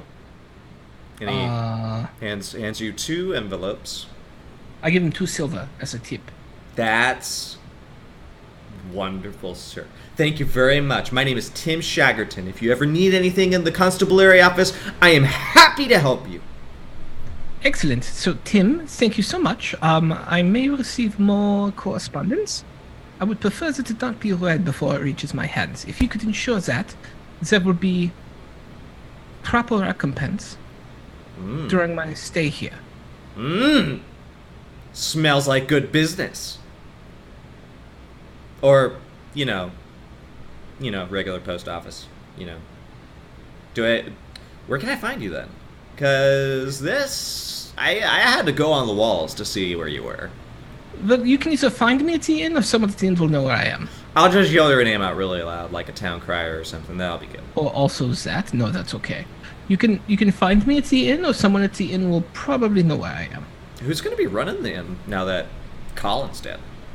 Oh, hang on. Let me take a look at my messages, and we may find out, yeah? Really? I don't know. Okay. Who knows? All right. No, I'm in this. All right. Well, I'm not in this. It's your mail, and it's private, so I'll Yes. just go ahead and... yeah, I'll see. This is a nice bridge. Good pick there, sir. Thank you. Thank you so much. And he leaves, sort of with a little gracious bow. It's 2 silver. And you have 2 messages. One is concerning last night's upheaval that you dropped on them. Yeah. They tell you that understanding Yalshire's intentions by aligning themselves with this type of corrupt individual should be investigated. You are to not only delve deeper into the circumstances surrounding this individual's hiring, research, and subsequent interactions with the government and the delegates of Yalshire, but you're also to protect any assets that are currently available, and if possible, deliver them to Zatan. Check. You are also, in the interest of ensuring this is to happen, you will receive notice from a merchant that will arrive soon, who will have vested interest in operating the now vacant position in the inn, to work as your, basically like your in-house agent. However, should the need arise, you are to work with this agent. Yeah. Should the time come to sabotage the strength of the fortifications of the town. And then as you read those words, they disappear off the page. Of course. Is there any sort of documentation along with these that allows me to take this to the leaders of this town, showing them that we plan to take possession within the next few days? At the end of the letter, they say, we have already sent word to the local warden and the reeve, who should be in charge of this purchase, or this installation. It'll be very lucrative for them. Excellent. And very convenient, because we want to keep up good communications between our two cantons, as well as good business. Fabulous. This is amazing. Thank you. They also send a picture. It is the working prototype of what you have been following very closely. The Armored Roller, which is the working title. It looks kind of like a water tank to me. It is like it's a siege weapon that Zatan has been building, and they want to get your opinion on some of the specs on the Arcanite Insigil barrel that is being equipped with it. Oh, that's excellent. Yeah. Yeah. Specifically on its impact on the walls of Yalshire strongholds. Yeah. And I will gladly spend some time doing that work. Okay. And figuring out like proper barrel sizes to crack these sorts of walls. These magical walls will need magical rounds, obviously, and so and I gave them all that information about the magical rounds. So yeah, I would, using all the information I've gleaned over the last few days, I will probably spend some time this evening in downtime writing a report about what I think the proper sort of barrel and ammunition type is to Lovely. Break these kinds of walls. But that's what you got. I'll be heading to the Reeve. All right. The delegate, you mean? Yes, I'll be heading to the delegate. Because the Reeve would be in charge of like local land distribution, but the delegate is there and will probably know by later today that that is happening. But do you want to go ahead and tell her anyways? Yeah, I think it would be fun to be the first one to tell them. Okay. She greets you warmly. Hello. Good to see you again, despite some of the excitement that has happened lately. I hope you had a good night at the inn. I had a very restful night at the inn, and I'm sorry to hear that the proprietor is no longer with us. However, I do believe it opens up opportunity for joint cooperation. Oh, really? And I have received word that a good merchant friend of mine will be coming into town within the next few days to, should you allow, take ownership in an agreement that we have put together that I believe will be very profitable for Fortinville. Interesting. You should receive word sometime, today, if you have not already. Truly. Yes.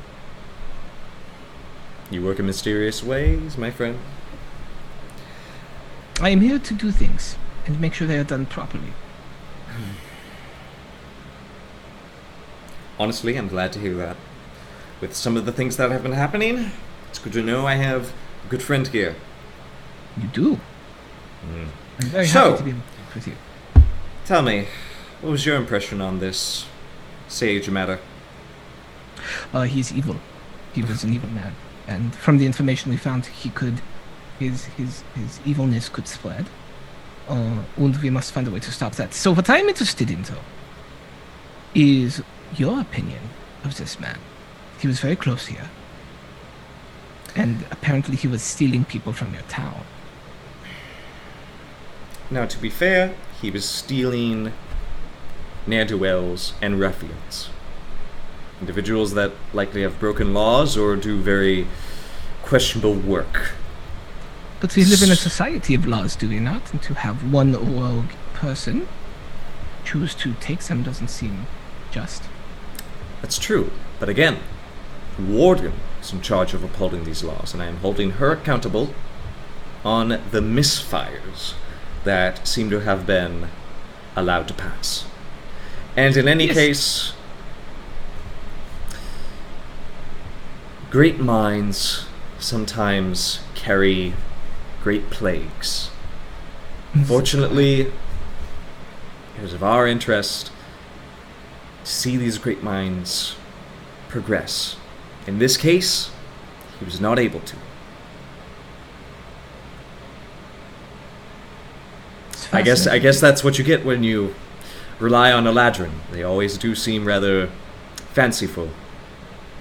They're flighty. Also, I know a very stalwart member of their coterie.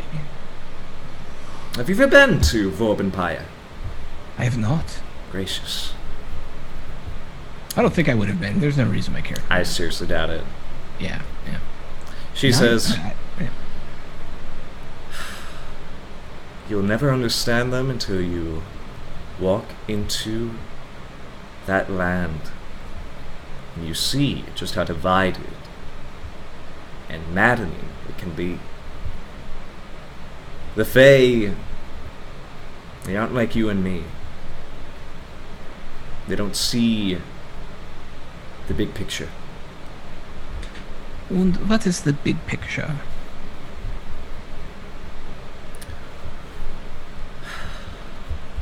And let me look up Yalshire's... Yeah. She says...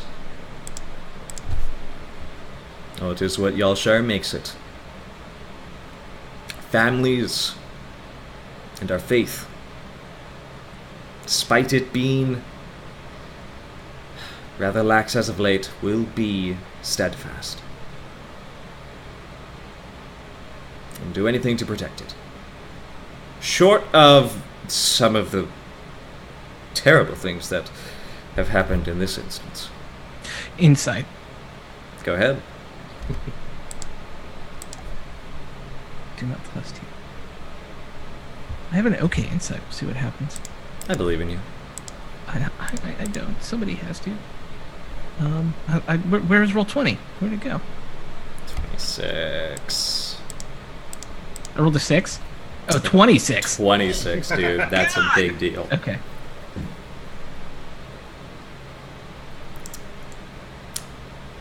She's taken the politician way of agreeing with you, but clearly, if it really does come down to family and faith, who's to say that faith won't be misplaced sometimes? That's exactly what I was thinking. That's okay. Good. Excellent. Well, it has been a pleasure talking to you. The one thing I'd like to do before I walk out of here, I just want to give a quick scan of the room for documents. If there's anything that may pique my interest in this matter. I'd say there are a few documents that are filed away into her desk and onto a shelf nearby, as well as her own personal messenger table that is capable of sending and receiving messages. But currently on her desk, you don't see many that look like they are particularly... Well, make a perception check and we'll see if you see anything. Okay. I think that's how we'll do it.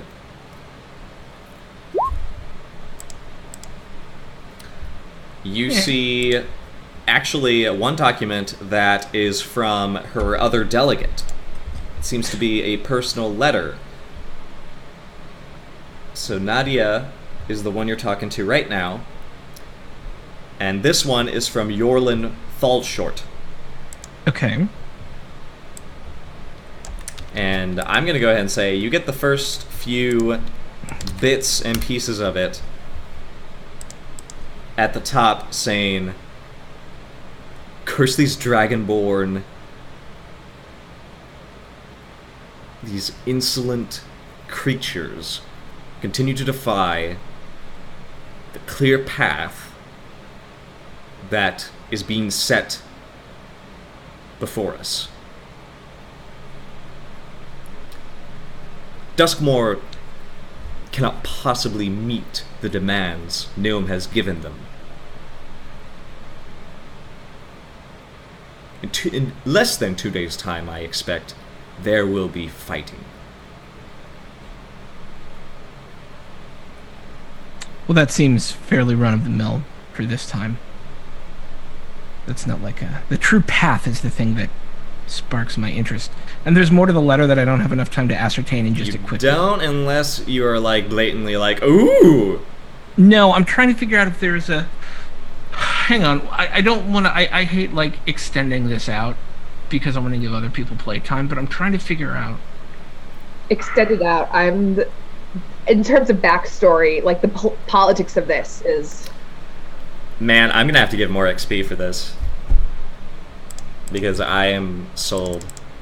Like, we should have like a burning wheel mini game. Oh my god! Right inside this, and just use D&D 4E for combat. Right. What do you do? Do you want me to get coffee? Actually, let's take a little break. Okay. Because I have back from taking. Fine. Oh, I'm sorry. I haven't taken a break though. It's hey, okay. Listen, it's okay. We're going to take a little break, and then we're going to reconvene. I'm going to have a scene with Lord Benicio, and from there, we'll see what happens. We'll see if good old Bjorny has anything else to give us. But stick around. This will probably be like 2 or 3 minutes. I love all of you. Go to the bathroom. Get a coffee. I gotta go to bed. Get some rat tails.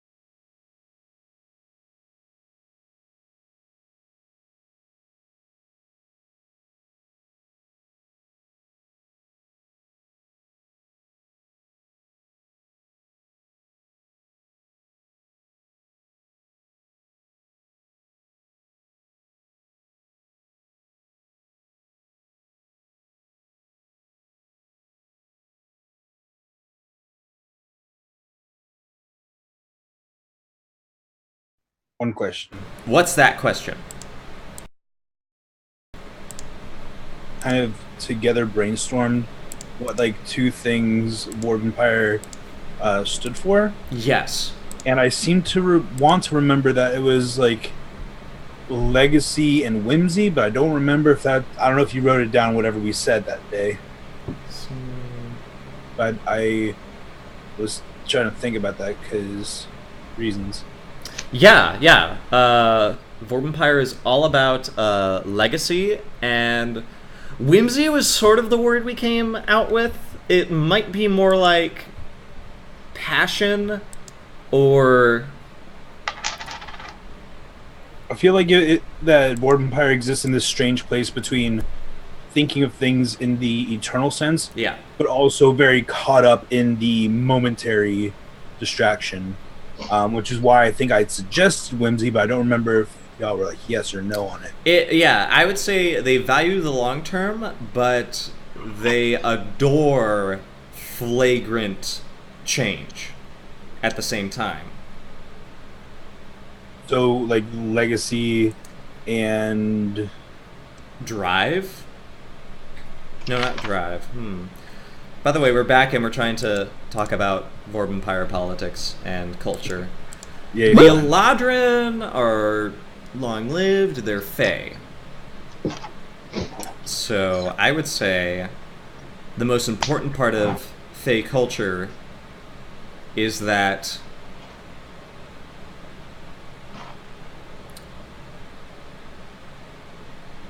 they don't rock the boat. Don't rock the boat. okay. If that helps. Yeah, I feel like it falls under the legacy bit. Yeah. So.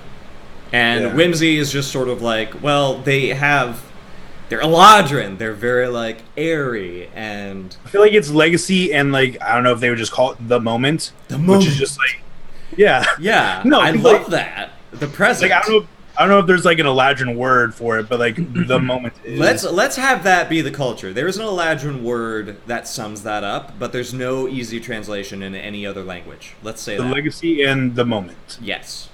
Okay.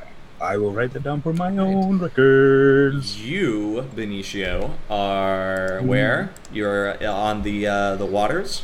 I am waxing poetically at the waters, yes. So you remember that guy, Vlado? He comes over I've to never you. met him. He comes. Well, it was more like everybody. This man comes by. You recognize him as a half elf, and he's sort of a little bit smiling at you as a stranger, and gives you a little wave and says, "So this is a good spot." Please, and I move over about a foot to give him some room if you'd like to sit next to me. Very kind of you. And he, course. takes a seat and sort of leans back, stretches.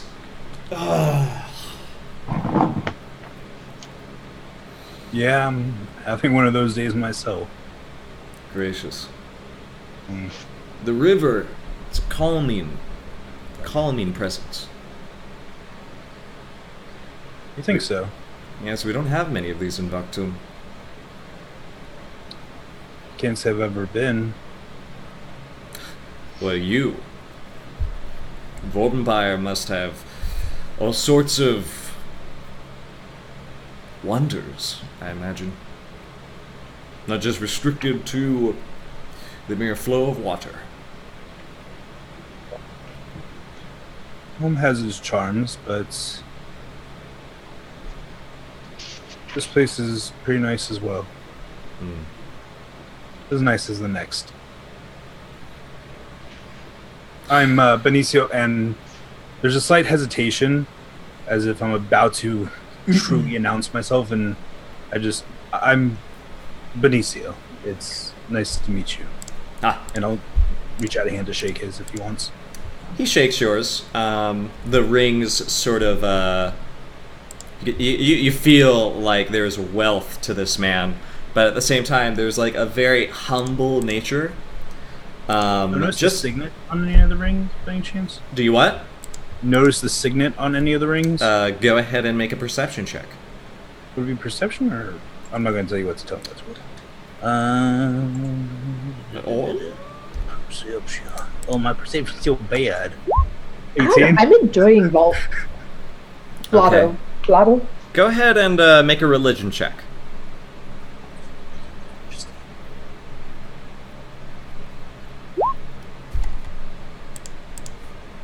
It's a good day for Benicio.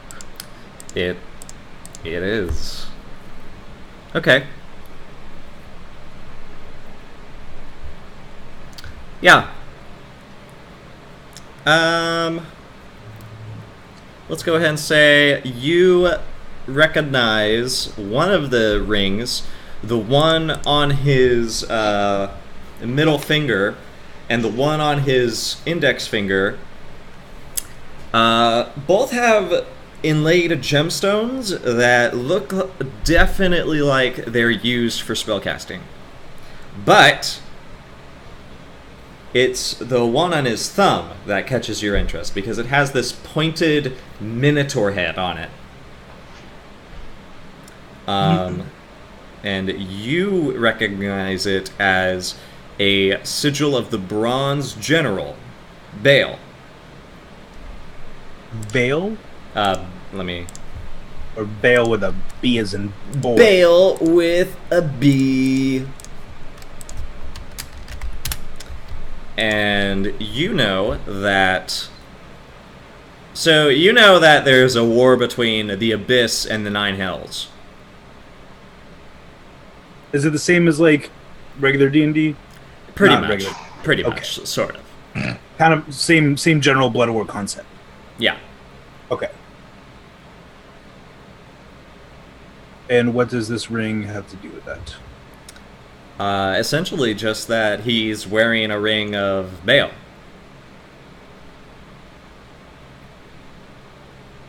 I don't think I'm trained in religion, but what I know who that Since is, you I'm got not you got a pretty high, you know that he is possibly using it as sort of like almost like an ignition spark for whatever magic can be cast between the two rings on his middle and index finger. It's likely he probably isn't like straight up worshipping Baal, but he is using some infernal magic to ignite the components in the rings to activate a spell. So he's probably invoking its power, but you don't know if it's like outright devout worship. This is infernal or abyssal? Infernal is the Nine Hells, right? Yeah. Yeah. So it's definitely infernal. Okay. So what he's saying is that you need to kill this man right now. No, Orcus is... Well, I wouldn't know, but Orcus... Yeah, Orcus is undead. Baal is kind of abyssal. like the general that's in charge of, like, fighting on the front line against, like, the unending hordes of the Abyss, essentially. Yeah. He's like the strategist that ensures the Nine Hells are not overrun by the Abyss. And is this the kind of ring that's signifying this is the person, or this is someone who works for the person? If that makes sense. You haven't rolled high enough to really figure that out. Okay, just because I know that like signet rings kind of the same signet, but some of them it's like this is the head of the family, and then this is just a member of the family. Yeah. But that's fine. If I don't know, I just. But don't know. you imagine this is sort of something like that. So Okay. there's maybe a lineage to this, but maybe not. He could have just picked it off a dead body. That is true. Who am I to judge? I've done things in my day. Does he go on to say anything else? Not really. Other than... What would he ask you? He's just cool hanging out with an Eladrin. He thinks it's great. You know, when I look at the river, you're right, it is peaceful in a way. It's also kind of scary. Because you cannot swim? No. No, I can swim. We had rivers and pools in Borbenfire. But you look at a river and it has areas where it flows softly. You can fish from them and benefit from the clean waters, and it's nice. And there's other parts where the waters thrash about and it's violent and dangerous. Then you take a step back and you realize the water flows continuously, whether soft or fast. It's never the same river. And even something as serene as the scenery, not even that lasts. Always changing and never quite the same. Until it's frozen. It's not quite the same then too, is it? I guess not. This makes more sense than any Etruscan poet. And I've heard quite a few. Vlado Moldovan. Hold on. Moldovan. You may call me Vlad. It's a pleasure to meet you, Vlad. I give him just a soft but respectful bow. Haven't seen many other Fae brethren in the town, to be honest. May I ask what your business is here? Well, essentially I was simply marching from a job that I had as librarian in Etruscan, hence the poets. And I'm looking to go home to Vaktun. Someone waiting there for you, or just eager to get back? You know how it is. Family has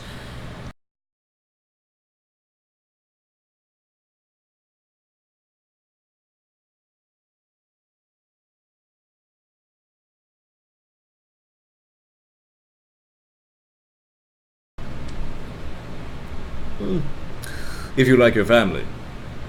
Oh, I love my family. Oh. It's Well, let's go visit them instead. I would, but it's complicated. Oh, complicated. Things to do. Things to do. Now that is what Farmer says when the sun comes up every day. You do not look like a farmer. I don't know what I am. Do you I'm, want to be a farmer? Farmer has a home and a purpose. Oh. Might not be too bad being a farmer.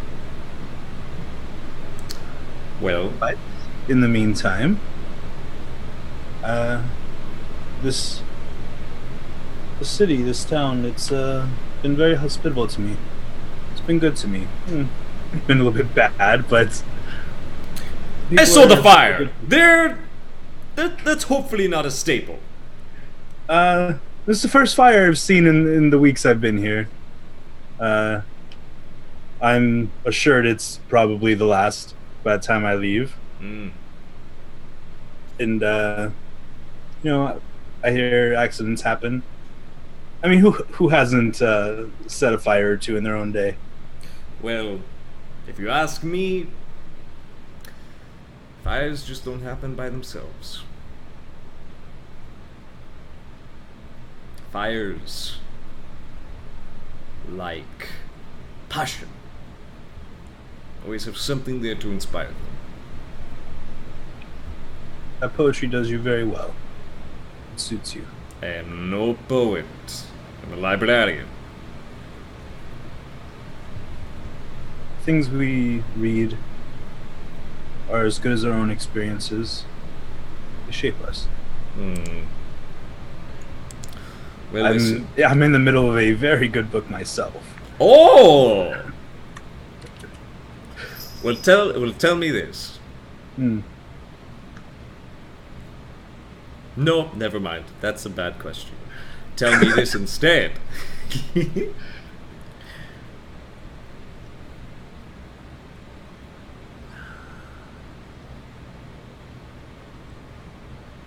Where do you think you'll be in 2 days?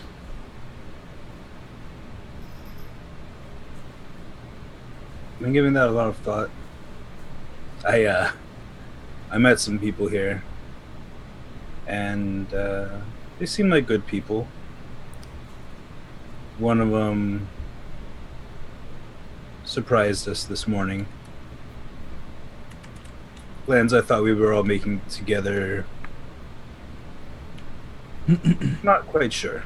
I'll probably be around or nearby. Ah. Well, you listen to Vlad. Come 2 days' time, when I am about to leave, if you want to be a farmer for Vaktun, come see me. I'll keep that in mind. Or if you don't mind, if you just want to trade books, I can do that too. let me see how much reading I can get done in the next 2 days, and maybe I'll just give it to you. My Now, heart swells. If you'll excuse me, it's been a pleasure, but I had some business I'd like to take care of. Please before you do. sleep.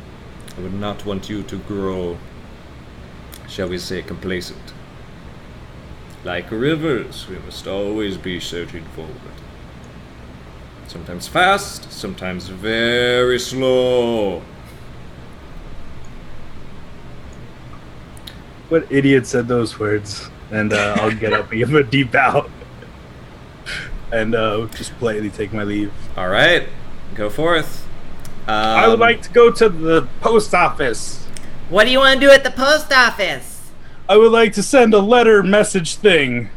To who? To who? We just got a letter. All right. You just got a letter. I wonder who it's from. So,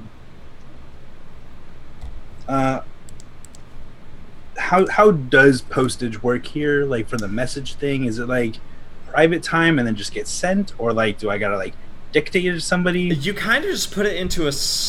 You go to the place. You're like, I want to mail this. They'll charge you like maybe a few copper pieces. Like I'd say you'll be charged like 10 copper pieces, or that can be charged because Thrak. I feel like your government would pay for that. Like I feel For that's which? for your postal. That's why I wasn't like Sure. you get charged Yeah. for that. Benicio, you'll probably have to cough up like 5 silver. I mean five copper. It's personal. It's not state or official. Who do you send it to? Renee Montmorden, Okay. lady of the House Montmorden, Cute. and Yeah. Is it your just- mama? it is my mama. Mama Montmorden. Mama Montmorden. I just send her a letter telling her that I'm still in Yalshire and I've gotten closer to that girl I mentioned last time. And I've made some friends. I told her I got in a fight or two. Dang. That she would be very proud of me. I didn't cause too much ruckus, but I got some hits in. And I tell her that I fought with my friends this morning. And that I met a strange half-elf who offered a life as a farmer. And I tell her a little bit scared and that I wish I could come home, Aw. but I know there's a lot I have to do first, and that I love her. That's it. All right. It's sent. You've got mail. Well, how much do I owe? 5 copper. 5 copper? Easy. I've got so much money, y'all. All right, and that's all I needed to do. Unless you have something else for me. Nope. You guys, if you want, you can meet up because Kirk. Oh. Wait. Wait. I still get to try my thing. Oh, what do you do? So I would imagine I'm still in that room talking to the not the warden. Yes, the warden. Right? The delegate. The delegate, yeah. And is there a window in this room? There is a window. So I would like to, as we're having this conversation, I would like to have her come and step with me to look out the window. Okay, we look out the window. And I want to start talking to her about her faith. About the faith in her community. How important she thinks it is. And I say, look out at that land over there. This is your home, yeah? And I want to make a religion check in order to get her thinking about her land and her people and the faith that she puts in them. Because I know that faith is one of the key things here, right? Yeah. And I'm doing this to distract her so that I can take a better look at that letter. There is nothing more readily available to distract a halfling of Yalshar with than fuck-ass religion check. It took me a little while to come up with some. Oh, go ahead. This is really... I was about to say, for a hot second, I thought you were going to pull of Mice and Men and be like, now just think about those rabbits look over on there. I rolled a 3. Okay, so you got 10. That's not enough. What's gonna happen is, unfortunately, she wraps her arm around you and is like, yes, across these golden hills, I see blah blah blah blah blah blah blah blah religion blah blah blah, and it could not be like this if not for the kindness and generosity of the dwarves of Zatan, who are our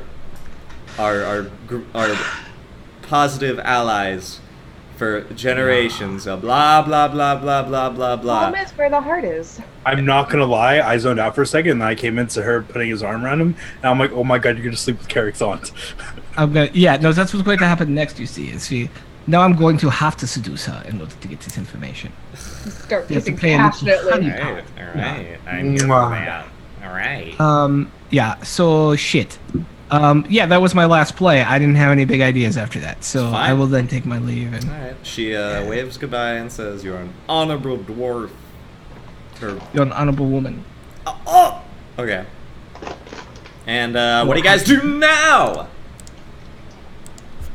I'm at the inn. Carrick is not having a good time today. He's gone back to the inn. Ulfineus notices that you're not having a good time, and he says, "Do you want me to take care of your fuzzy feet?" Yes. But first, will do what you want first. Before I do that first. Where is the waitress?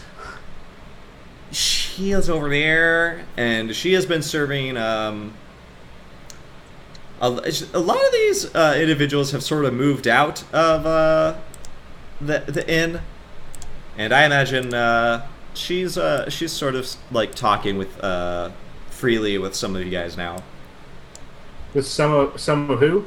She'll probably be able to freely talk with some folks currently. All right. I pat Ulfie on the shoulder. I point at Liselet. Go get me some beer.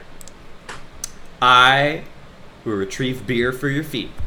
And no, beer's for me. He's gone. I'm gonna drink it. Gone. While you take care of my feet. He's gone. I turned to Carrick and I was like, just remember to be careful how you phrase shit, because he's gonna do whatever you tell him to do. You know? Yeah. But I'm sure with time he will come to understand. Yeah. Also, you should know, just because you seem attached to him as well, I don't know if you heard Bjorny talking this morning. I can't remember if I was there for that or if he was still asleep with hangover. I kind of retell the conversation. I look at you and I'm like, That motherfucker. as far as I'm concerned, that is not gonna happen until never. Until never. I am almost positive he doesn't have a bone in his harmful bone in his body. However, we do have to face the reality. He was created by some real weird ass magic. But I think the personality should is just from his collar. I think as long as the collar stays on, it's fine. We just need to find a way to get the charm person spell out of it to make it so he has the emotions, but he's control of the emotions that are available to him. After you say this, as soon as Ulfie gets back, He gets back. Carrick wants to study the collar to see if it's possible to dispel the charm person without harming the gem that seems to provide his personality. So, what do you mean? The collar works by... It's the collar that's doing the charm person, right? Yes. And the gem is separate from that. It's augmenting the spell. It's augmenting the spell. Never mind. Okay. Think of like a video game console, and the collar is like your Nintendo 64, but the gem is the cartridge that lets you play Kirby All-Stars. Because that's a really happy game. It's a In that case, I want to roll Arcana to see if I can play Kirby All-Stars without doing the console. No, we tried that already. He did not turn out Well, well. he did. Is that what you want? That was Yes. very good. High five. High five. Okay. He rubs your feet and he's like, "Ba-da-ba-ba-ba-ba-ba." Yeah. Yeah, Rub the beer into the feet. No. No, he I doesn't. take the beer from him You before took he the can beer. do that. Yeah. Also- I pop my boots off as I talk to Katla. That's gross. So I was still kind of half asleep earlier when Bjorny stormed out. Oh, speaking of good news, I'm staying here, at least for a little while. Okay, all right. Anybody else coming in to the scene? I'm probably a little bit later. Carrick is just has his feet propped up. Mhm. Just shoeless, bare feet on the table. Really gross. Dog boy rubbing them. Yeah. This is not appropriate. I don't like this. I I guess caught Muriel coming at this point. 3 rats. Purity! I caught 3 rats today. Congratulations. Wait, who am I talking like? Congratulations, it's very good for you. Are you going to eat them? I already did, sort of, I gesture to my ears where I have the earrings in. the rat tails. Oh, nice. That's very. Oh, you're still here. You haven't decided not to leave then, yeah? It turns out I'm staying here for a couple days. Excellent. So now you have a different voice, and you've decided to change your mind again. That's fabulous. Oh, by the No, way, my job. Tarquin is out there.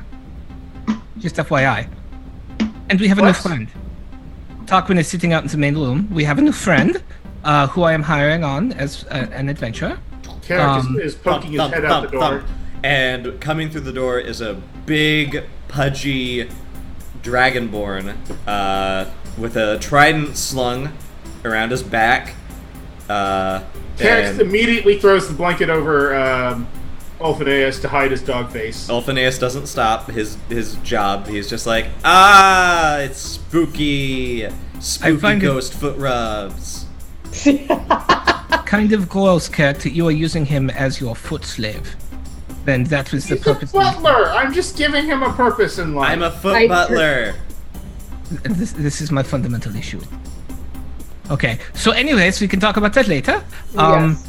This is I wrote down his name and now I've forgotten it. This is Kirk Voltstone. Hello. It is I, He Kirk Voltstone. traveled here with Tarquin, It's true. Oh, Tarquin. and now he works for us. That's right. For money and also company. And cheese. It is, Because guess what I bought while I was away?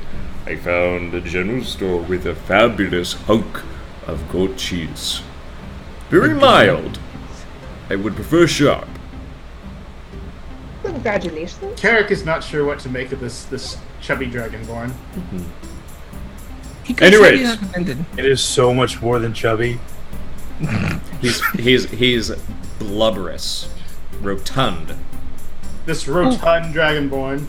One more piece of news. I will have a controlling stake soon within this inn. I've had a very busy day. What? Yes. Where did you get the money? I asked about it earlier. It was 600 gold. Well, I work for some people who have money. I sent them a note and they responded quite quickly. And so a merchant friend of mine will be taking over ownership.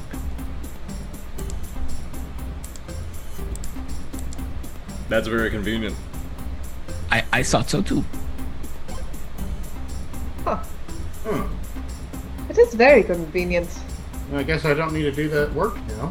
Is this... Do I work here now? Only if you want to. Heck yeah. At this, I point to Bjorny and I give a genuine smile and then I turn to Carrick. That's the kind of language we need to start using, right? Like, I have great customer service. I can rub all the feets. Here's the thing, if you're going to rub feet from this point forward, you should ask for money to do it. I want... But not from me. Not from you? From other people. Katya, Ignore give me one rat tail. I think that is fair. You can rub his teeth. You can rub his feet if he gives you one rat tail. I think that's fair. I think that's great. That works out perfectly. Can I What have I'm his... saying is- Can I... Oh wait, Dragonborn don't have tails, I think. No. I don't know. Do they? Well, I'm with saying some... is you have worth, We're not gonna answer that question right now. You have worth, and you should be expected to be compensated for your work. Really? But I do. People say thank you. That is not compensation. What? Compensation is something that buys you a place to live. It buys you food. It buys you clothing. He's talking about money, Ophineus.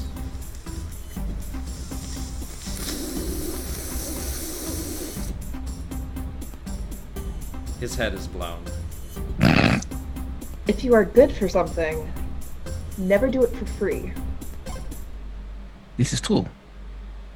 So we should all put our cards on the table, yeah? I think that should be good, actually. All our cards. Yeah. I mean, maybe not all of our cards, Well, but most give of me our an cards. example, Important because cards. let's just say there's a lot of secrets. I haven't necessarily hidden it, but I work for the Dwarven government. It is my job to be here. We are close allies with this canton. And I have been here liaising with their leaders and helping them with certain situations. Thus my ability to acquire this inn.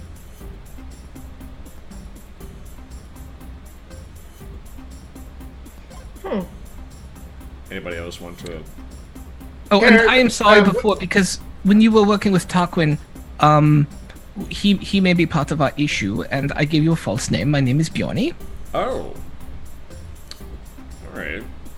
Before I had the full muster of you, I did not want you to know who I was, but you seem a goodly sort, Oh, and the I don't know what to bestly like you sort. again. Excellent. I used to think Tarquin was, I don't know about bestly, but reliably good. Is he not? It appears not, but we have more investigation to do about that, I think. All right, we can do that, among other things. Yeah. So, Katya. Or not Katya. Yeah, Katya. If that is your real name. I wouldn't. Sorry. Boom, boom, boom! Yeah. No, actually, at this point, you sort of Yo. I'm Kirk. Hi,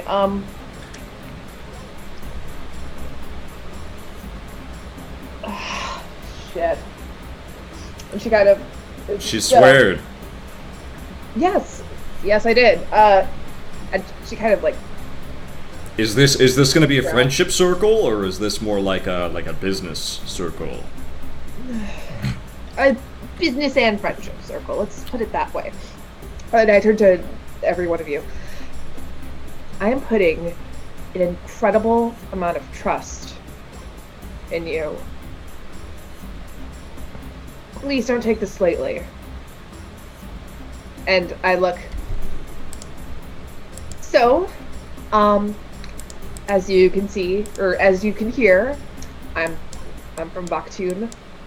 My name, however, may not be Katya. Carrot sits up. May not Katya? You can keep calling me Katya if it's more convenient, and I would much rather you call me that in town, just to keep things well.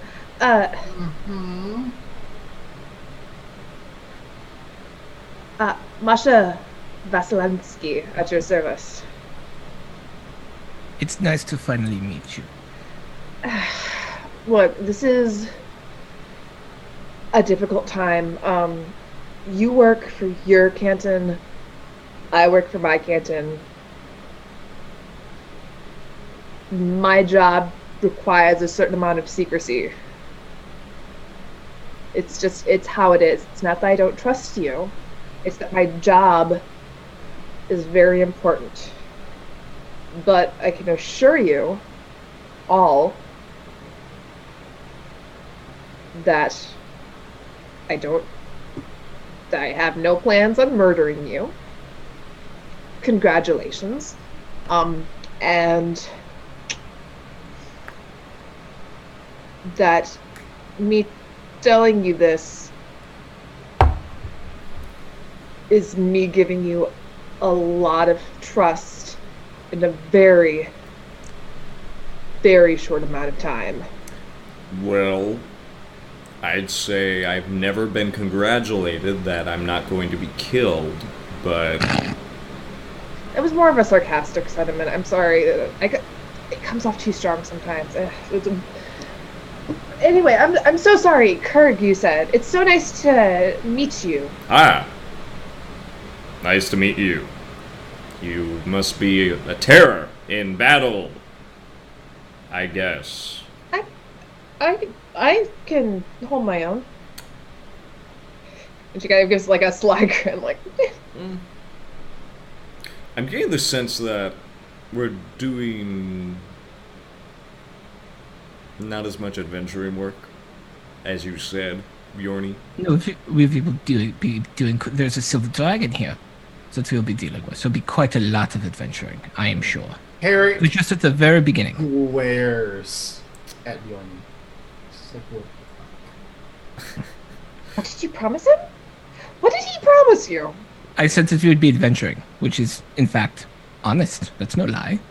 I imagine that this will require a good deal of fighting and slogging and all sorts of things. I mean, that's what I'm being paid for. I'll be glad to, go forth into righteous battle and hunt down fearsome creatures. I'm less eager to... I'm an old-fashioned sort.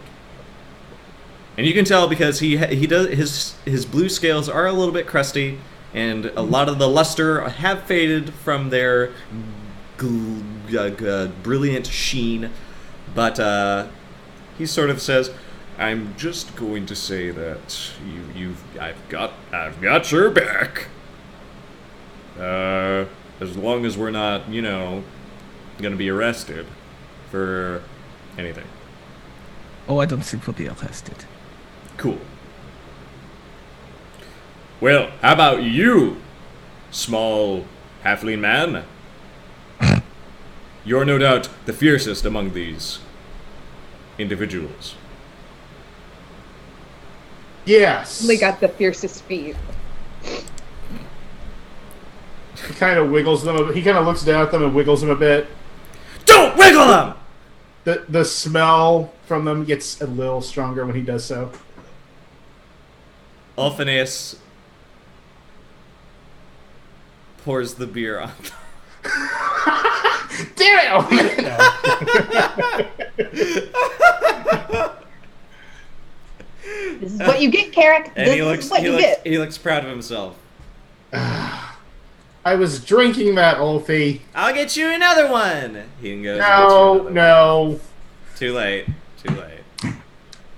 You get. Carrick kind of dabs the beer off of his feet and stands up, holds a hand out to this rotund dragonborn. Yo. It is a pleasure to meet you. Forgot my own name for a second. I'm Carrick Yurtle. Lovely. Was that in character or out of character that you forgot your name? No. That was out of character. I He's forgot. not drunk. He's not drunk enough yet. He's not that drunk. He's not that drunk, that shaky bastard. He forgets other people's names. Like, I think I've once called the Barkskin Sage the Black Soot something. The black soot something. Yeah, that's exactly what happened. Oh, The black man. hole something. Oh, Kurg is like, Great. Fantastic.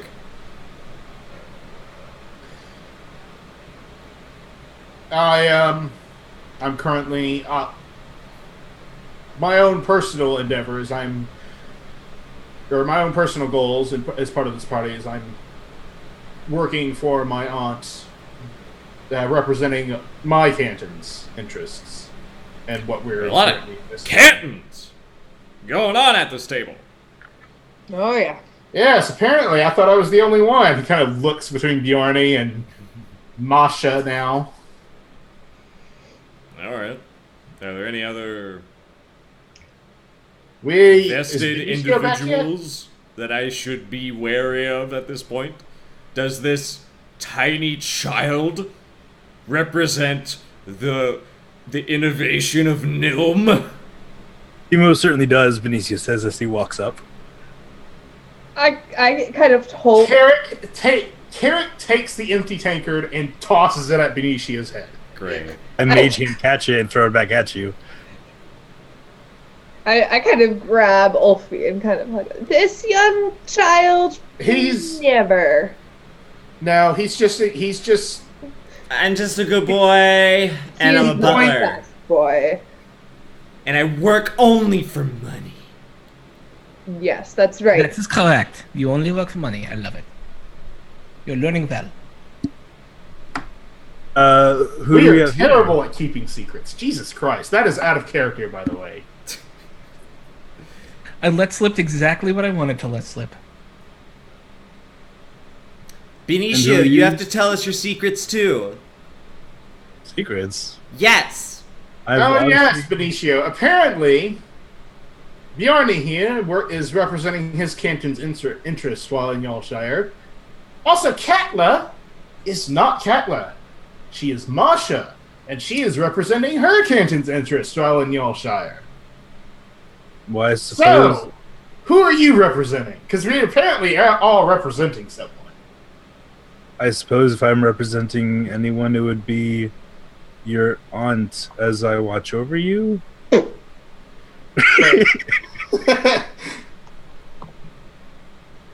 You know what? After everything, I want to roll insight on that. Go ahead. You were there when she hired me. I know. But I want to see if that's all you're representing. It's 17. Do you have any other interests that are beyond, or investments that are beyond Carrick's well-being?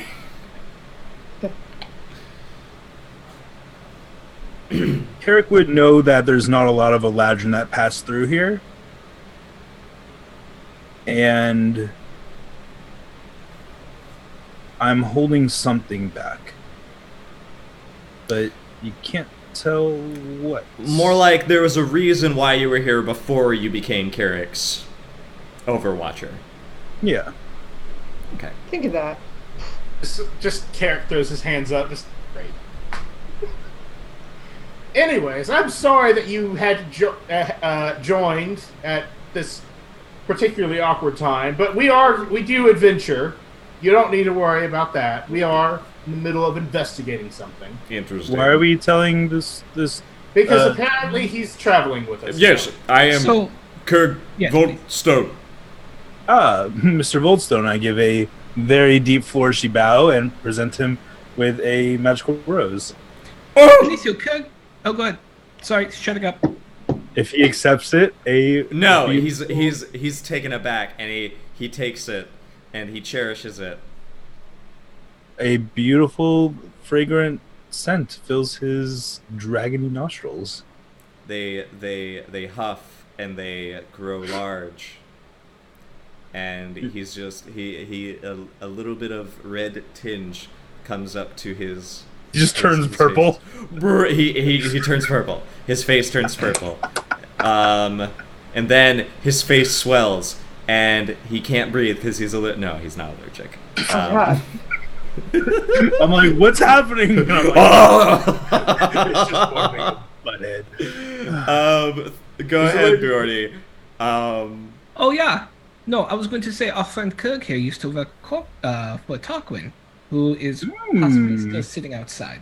Oh, that reminds me. And Carrick sticks his head out the door to like peek through and just like, okay, which one's Tarquin? He's the fancy boy. The fancy dragon boy. The fanciest? Well, the one that's sort of golden. The one with this? Not really this. More like the whoosh. Okay, I see him. Oh, I love that. Fancy. Like, regally fancy. Not the bing, but like the whoosh. Gosh. Well, as I said, it's going to be a pleasure to travel with you. With a gesture like this, I'm certain it will be. I hope that it makes up for some of our other quirks, and for a slight moment, he sees. Yes, all of you have some interesting quirks. My eyes just quickly dart to Carrick's feet and back. I have no quirks. I am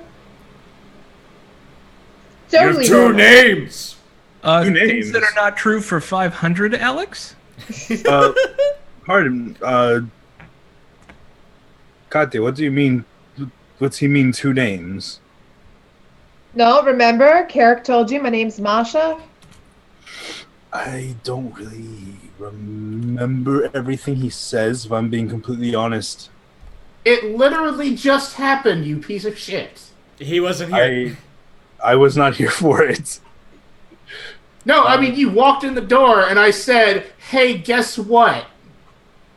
I am so sorry. It must have been the smell that distracted me from the words out of your mouth. Forgive him. Clearly he has been. You're doing a great job keeping him noble happy. presence. We have to have a word about that also. You were saying... My name is Masha. Masha. I am from Vaktun. I am here with about Vaktun things. Do not... I shouldn't have told you. Shit, you can't keep anything to yourself. And I look at you and I put... If you tell anybody, I am putting an enormous amount of trust in you, and you don't keep secrets very well. Would you like to roll an intimidation check? Because I would. I really Okay, it's not working otherwise. That's great. Do it. I'm gonna try to be as intimidating as possible. Do I roll against that to see if I hold composure or if I like What's take your it seriously? will? Oh, my will? Whedon. Oh, my will is 14. Masha, why do you do? Tiny, red-haired, who you haven't really seen fight, be like, my name is Masha, and you better not tell anybody, or I'll kill you. Because and also, Ulfineus is kind of like snuggled up, and he's just like, "Arr!" I'm holding him like on my hip, like. I know this is extremely cute, but I will fuck you up. Bjorn It's just not pats working. him on the head. Benicio's like, of course. You know, it's funny. the second person from Vaktuna I'm meeting today. Jordy, did you have anything you wanted to tell me? About Vaktun? No, I don't have anything to tell you about Vaktun. I've never been No. there. He was saying not 2 seconds ago about everyone revealing secrets. Oh, I didn't really have any secrets. I just told you. I just hadn't told you yet that I am here as an agent of the, well, in part an agent of the government of my country. How nice. We are. I am a liaison with the local government. Due to the recent tensions, they thought it would be good to have someone here, and that's why I am. It's a very interesting game. Politics. I hate politics. Good thing we got rid of all those thrones. It's a very interesting game of throw. That are not here anymore. Which we don't. I mean, Because we are Swedish Confederacy. You asked if I had any secrets, and I mean, I've been fairly upfront. I'm from a noble house, and I'm traveling to Voltstone. Voltmore. Voltmore. Just to see if there's anything I can do to make a name for myself, I suppose. Oh my, that's quite a journey. From Vorbenpire. Go ahead. Sorry. No. He's done. I've been a little distracted. A couple days ago, a gentleman tried to kill me. So that we would kill the people he sent, so that he could collect it. How much did we tell this guy? I was just getting ready to ask the same thing. Oh, I told him 15. I was paying him. He wants 5 gold a day, and I paid him 15 gold up front and promised him instead a share of the loot, which seems fair. Right. Well, I suppose that if you're putting your life on the line to adventure with us, yeah, we. All right. Long story short, there was a guy called the Barkskin Sage. We have an interest in investigating what he was working on. Unfortunately, he's dead right now. But we have learned that he was supposed to be meeting with Tarquin tomorrow. Okay. It's not that unfortunate that he's dead. Do you want me to drag him in here so we can talk to him? No, I was thinking. Yeah. I have. We'll ties. table that for now. Yeah. That's actually not a bad idea. For now, let's have dinner first. Let's cut out the travel time. If we can get the information we are looking for without a confrontation, that would be great.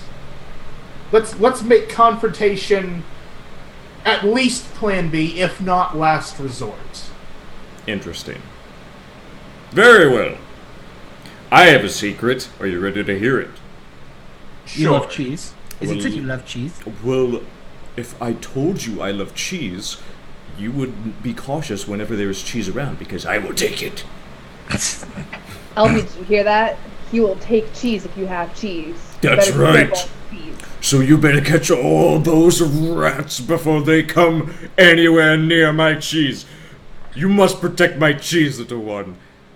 I will do So, he says. And Still holding him on my Yeah. And Kirk says, And actually, what will likely be my only secret from you folks is that I probably am going to stay working until I earn about 1,200 gold. And then I will return to Voltmore, I expect. Are you going to retire?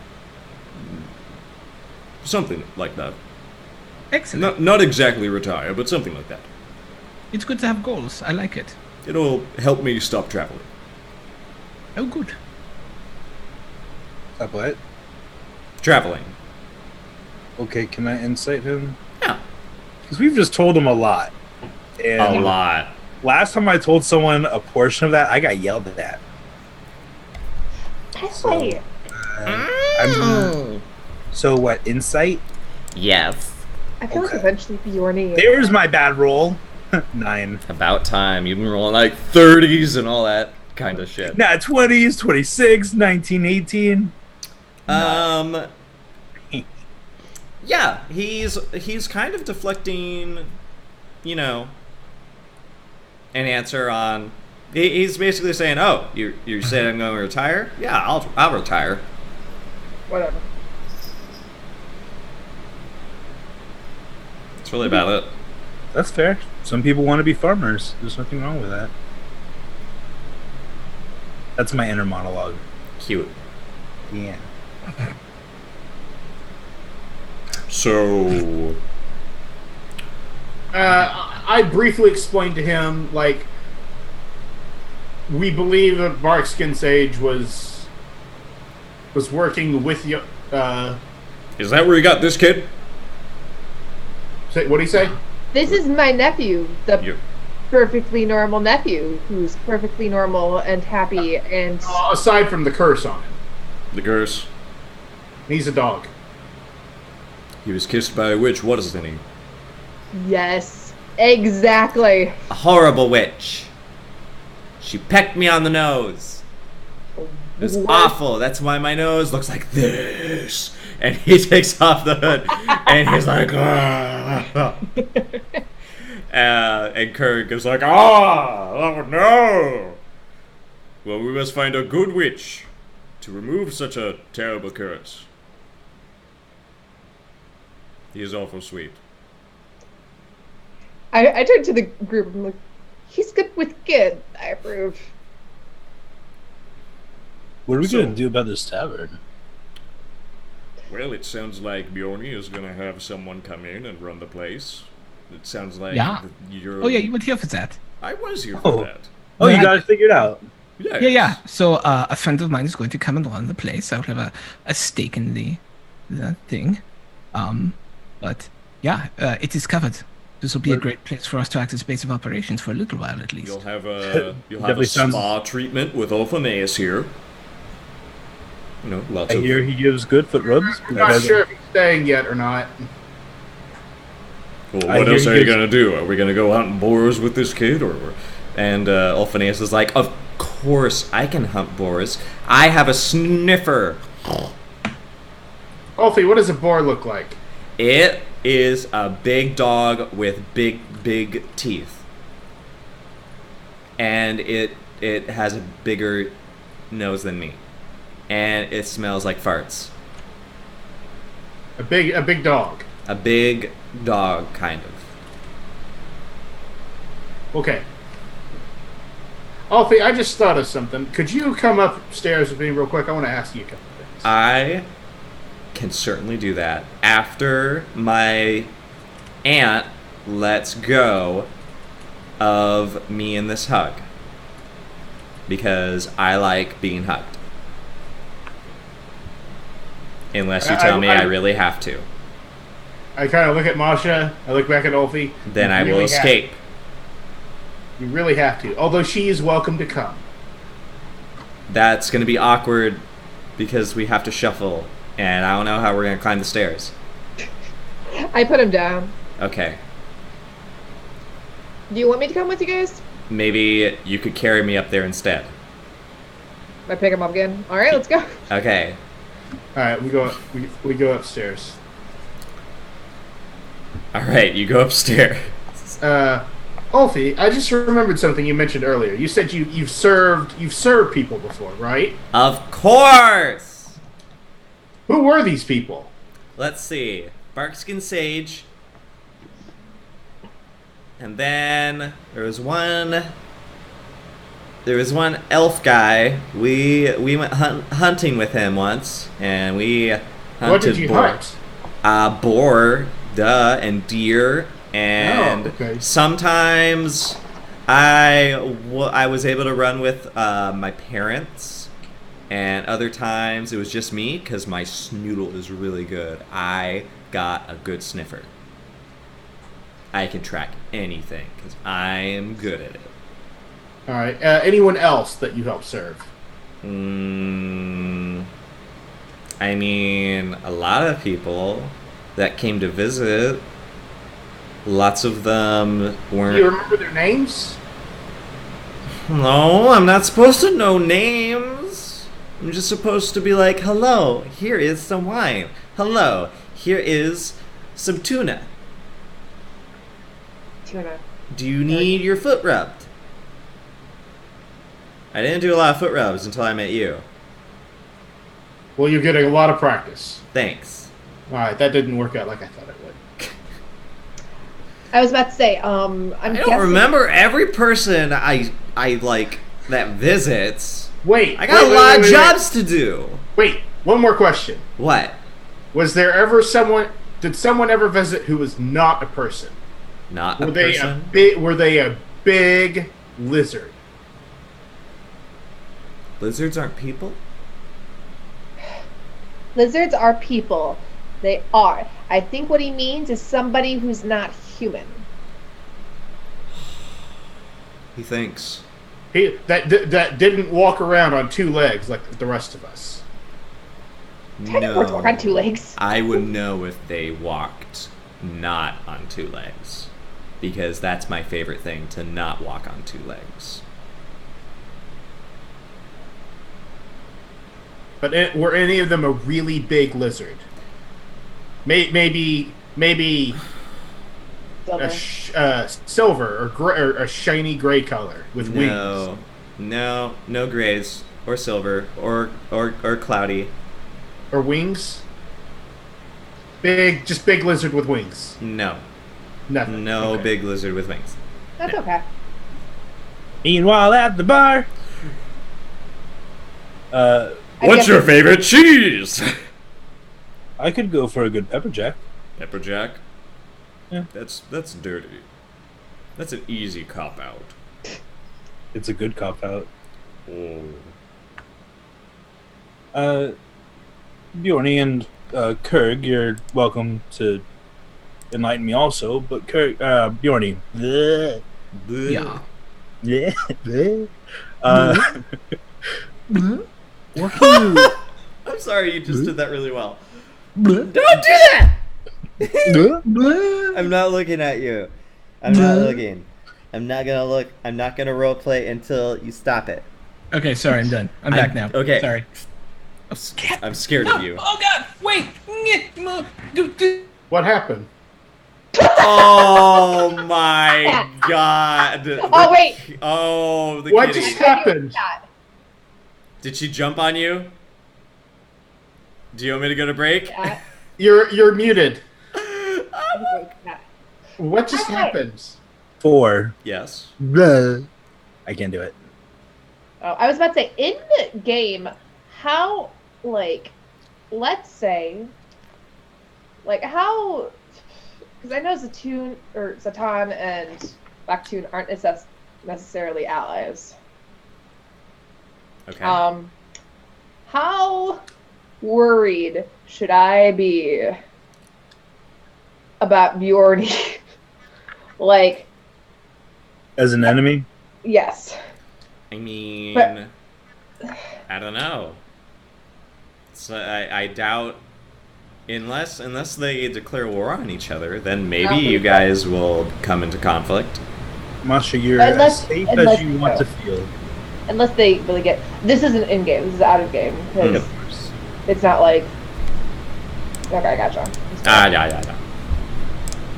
Okay. I feel like that's something we'll have to address. It really depends on if they legit go to war with each other. Yeah. And I think it also depends on how well we get to know each other and. I was about to say, I think it's almost time for me. Yeah, same. I'm ready to call it. Because I am tired and Throck, it has a kitty to take care of. What do you guys think? We can continue this, and what you guys do with Torquin and Kurg on our next session. Do you guys want to go ahead and I think I'll give you 200 XP for this session of RP, because I think RP. Can I get one more thing in? What's that? I just want to ask Bjorny, Yeah. what can you tell me about think it's called the Blood Wars, if I remember correctly. The Blood Wars. Blood Wars? I don't know. What do I know about the Blood Wars?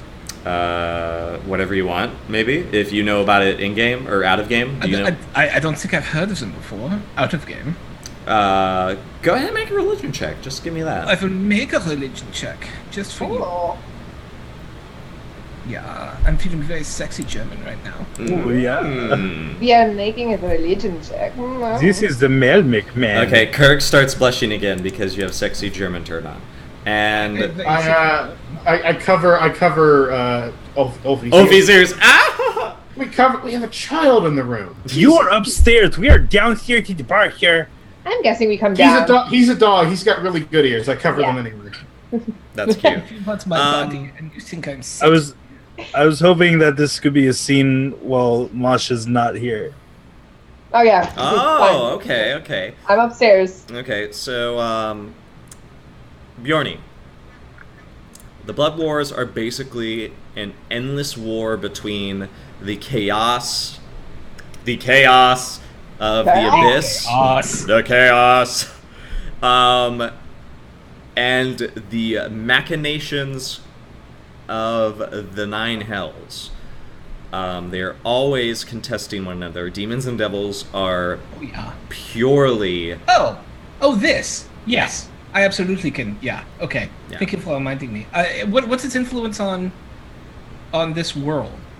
It is basically the same thing, but it's much more... So basically, when the divine were basically removed from not all like culture, but when their power was diminished, it's uncertain where their power went, because not only were the good gods sort of pushed back, but the bad gods were too. So everybody just sort of got pushed back. So right now, you guys don't really know the status of the Blood Wars since 100 years ago. Which, at that point, you just know it was ongoing, and that both parties aren't exactly at a stalemate, but, you know. So it's been going on. I would say you would know, like, some of the big players, like Baal, Asmodeus. Yes. Yeah. Asmodeus. Yeah. So, how much do you know about demons and devils? Admittedly, it's not my learned subject. I've picked up a few things here and there. But you know, devils are essentially lawful entities, and demons are essentially chaotic entities. Yes. I understand that much. Yes. Yes. So they've been fighting in a war for millennia. Sometimes one side gets the upper hand, sometimes the other does, and it's a constant struggle to eliminate the other in order to allow the powers of infernal law or infernal chaos to succeed over the planes. My question is, I'll preface it with this. Yeah. Katya, or Masha, whichever it is from Vaktun. Yeah. I met another from Vaktun today, and he said he was a librarian, but he had a very curious set of rings.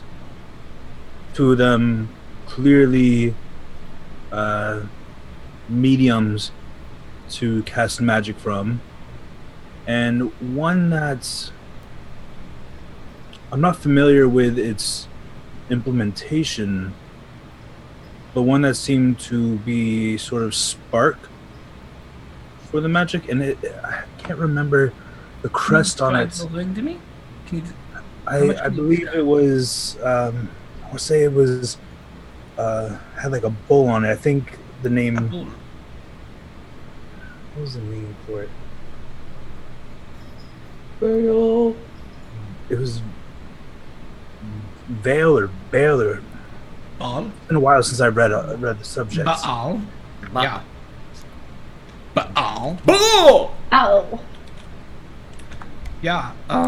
So was it spelled Bhall? Bael. Bael. Baal. Baal. Bael. So not a demon lord of murder, in other words. No, that's a good thing. Yeah, that's what I first thought because we're talking about the Blood War. I don't. He's like a. You know what? I'll just give you. I think he was a general or something. So he's House. more well known as the Bronze General. Oh shit. I'll just give you Yes. this, Throck. I'll just send something to you. Oh no. You rolled a butt fuck of good stuff. Yeah.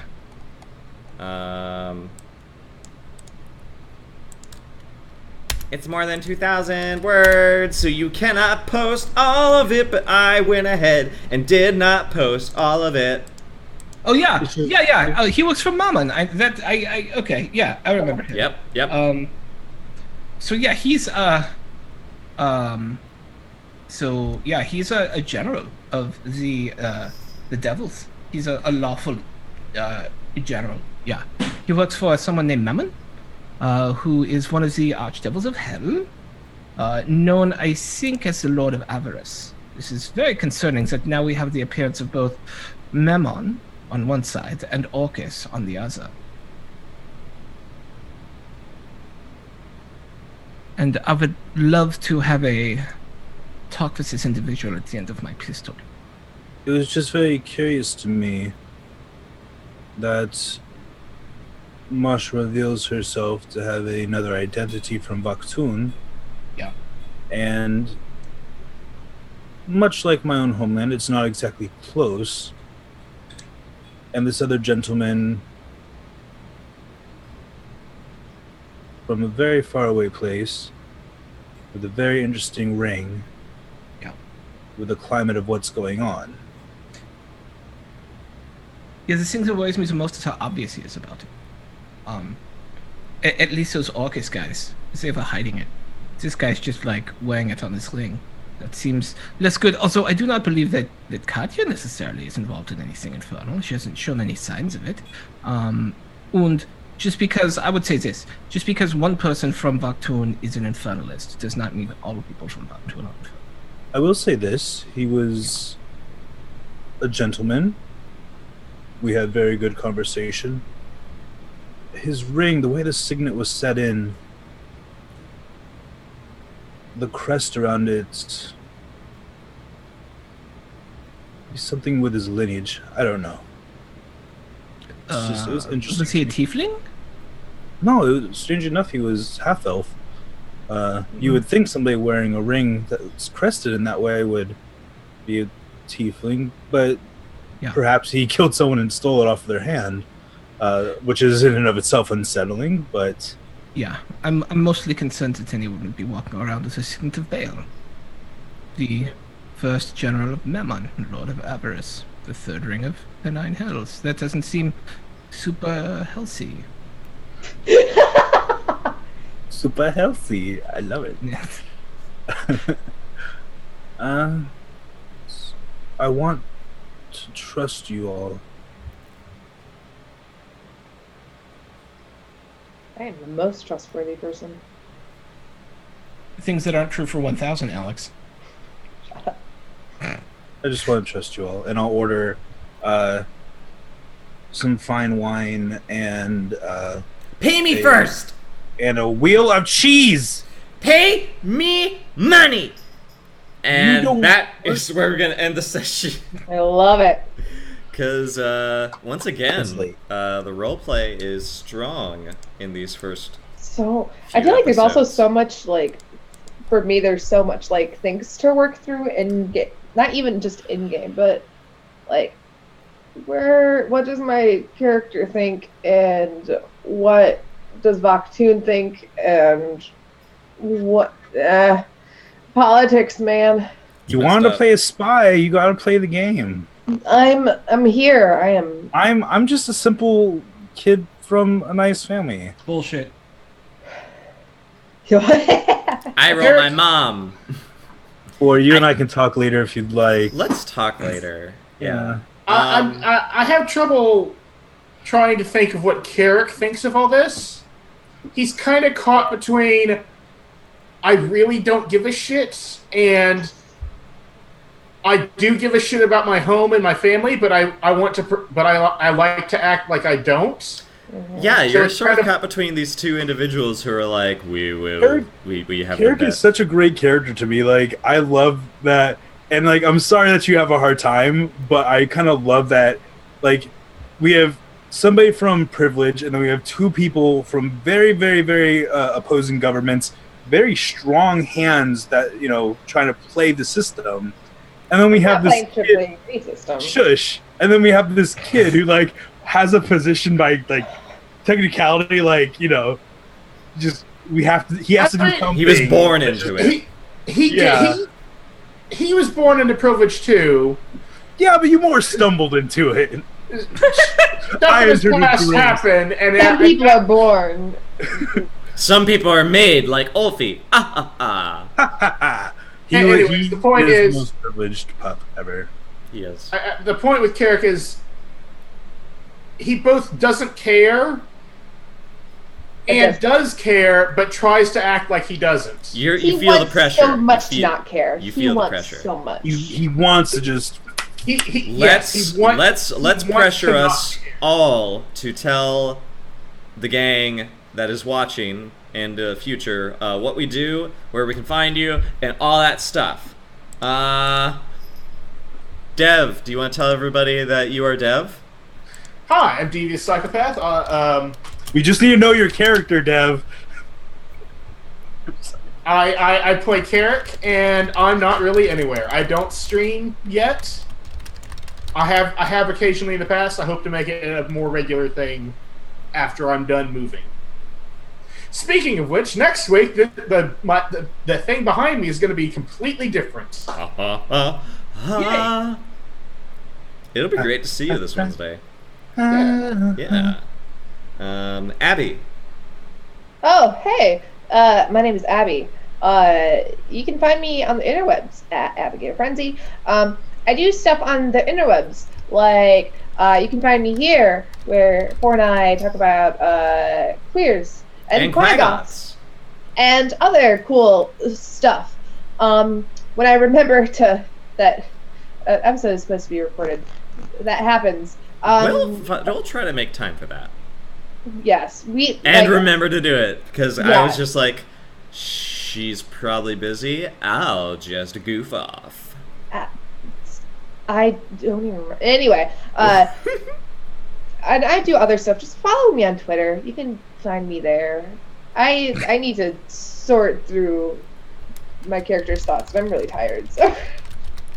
Abigail Frenzy still work? I think that worked. Yay! Ishmian. Woo! Hey kids, did you enjoy watching me play Lord Benicio Montmorton, first of his name? You're in luck. I play D&D 3 times a week. Just follow me on the tweets at Ishmian223. You'll see that I play Thursdays, Fridays, and Sundays. Both Twitch and on YouTube Live. It's a pretty good time. Follow me on Twitter and you can catch up with me and we'll talk. I'm here for you. Will you read river poetry? We'll write it together. Aw, that's so cute. Throck! Hey, I am Throck. That's at Throck Plays on Twitter, and I am one of the co-founders of Welcome to the Party. Welcome to the Party is an inclusion and equity-based live streaming channel and Discord community where we teach people how to stream. You can find me there on Friday nights running our Dungeon Heist campaign, Sundays at 1 p.m. Eastern, running a Warhammer Fantasy campaign, of course here, and then what else? I'm on Exploding Dice at 9 p.m. Eastern every Wednesday playing with Albers. And I have a new project coming, and it's going to be exciting, and it's going to be vampires, and it will be 3 games with 3 different DMs, and hopefully it will be awesome, and it will be set in 1943 Los Angeles. I'm really excited about it, by the way. I think it's going to be sweet. Is it D&D or is it... It's Vampire the Masquerade. I'm playing a Vampire the Masquerade 5th edition one-shot for Halloween. I'm so excited for it. Yeah, it's so good. Yeah, I love the rules so much. It makes me so happy. So you can find... Oh yeah, we'll be doing Mouse Guard on Thursdays for October. We're going to be playing Mouse Guard on Thursday. So Exactly. You're gonna find me 5 days a week, I guess, playing games this month. God, how do you do that? I don't know. It just comes. I mean, I run 2 of them and I play in 3, so I have no responsibilities for 3 of them except to show up and be creative. That's Yeah, shit happens, Actually, shit yeah, happens. that's what I'm doing. That's how I essentially. am. Yeah. Yep. Jeez. I'm not a DM. But the Yo. one thing I wanted to say is I finally, over the last 2 sessions, figured out who my character is, and I don't know if anybody's ever read Joe Abercrombie's The First Law trilogy. No. I don't know if you have, but it's he's based off of an inquisitor in that book who plays a prominent role. And I've finally figured out who he is, and it makes me very happy. Man, I'm looking forward to putting that on my Goodreads list. Oh my god, it's amazing. Oh my god, Joe Abercrombie's amazing. Oh my god. Okay. He's my favorite modern fantasy author. Seriously? Oh my god. Okay. Yeah, oh my god, he's so good. Yeah, and he has strong female characters, which, and like the book I'm reading right now is the main character is like an amazing like female general who's been betrayed, and it's raw. Does he It's great. write porn? There is no. There Lord were 2 Benicio, sexy. get out of character. This is just ish, let's be honest. Oh, like you're one to talk. Hey, I've seen your Discord. Ho, ho. And with that, I guess we'll end on porn accusations. Thanks everybody for coming in tonight and sharing the love. Jace, love you. BB Phantom, love you. Kurt Witch, love you. Love all of you. Hey, G's Valiant's there, dude. The picture I just shared in Discord with our 8-bits, that was him. I know, it's so great, Jace. Yeah. Man, good memories. Oh, let's make new ones. Oh my god, I'm so tired. All the new. Bye. I love you guys. Bye. Have a good night. Bye. We're clear.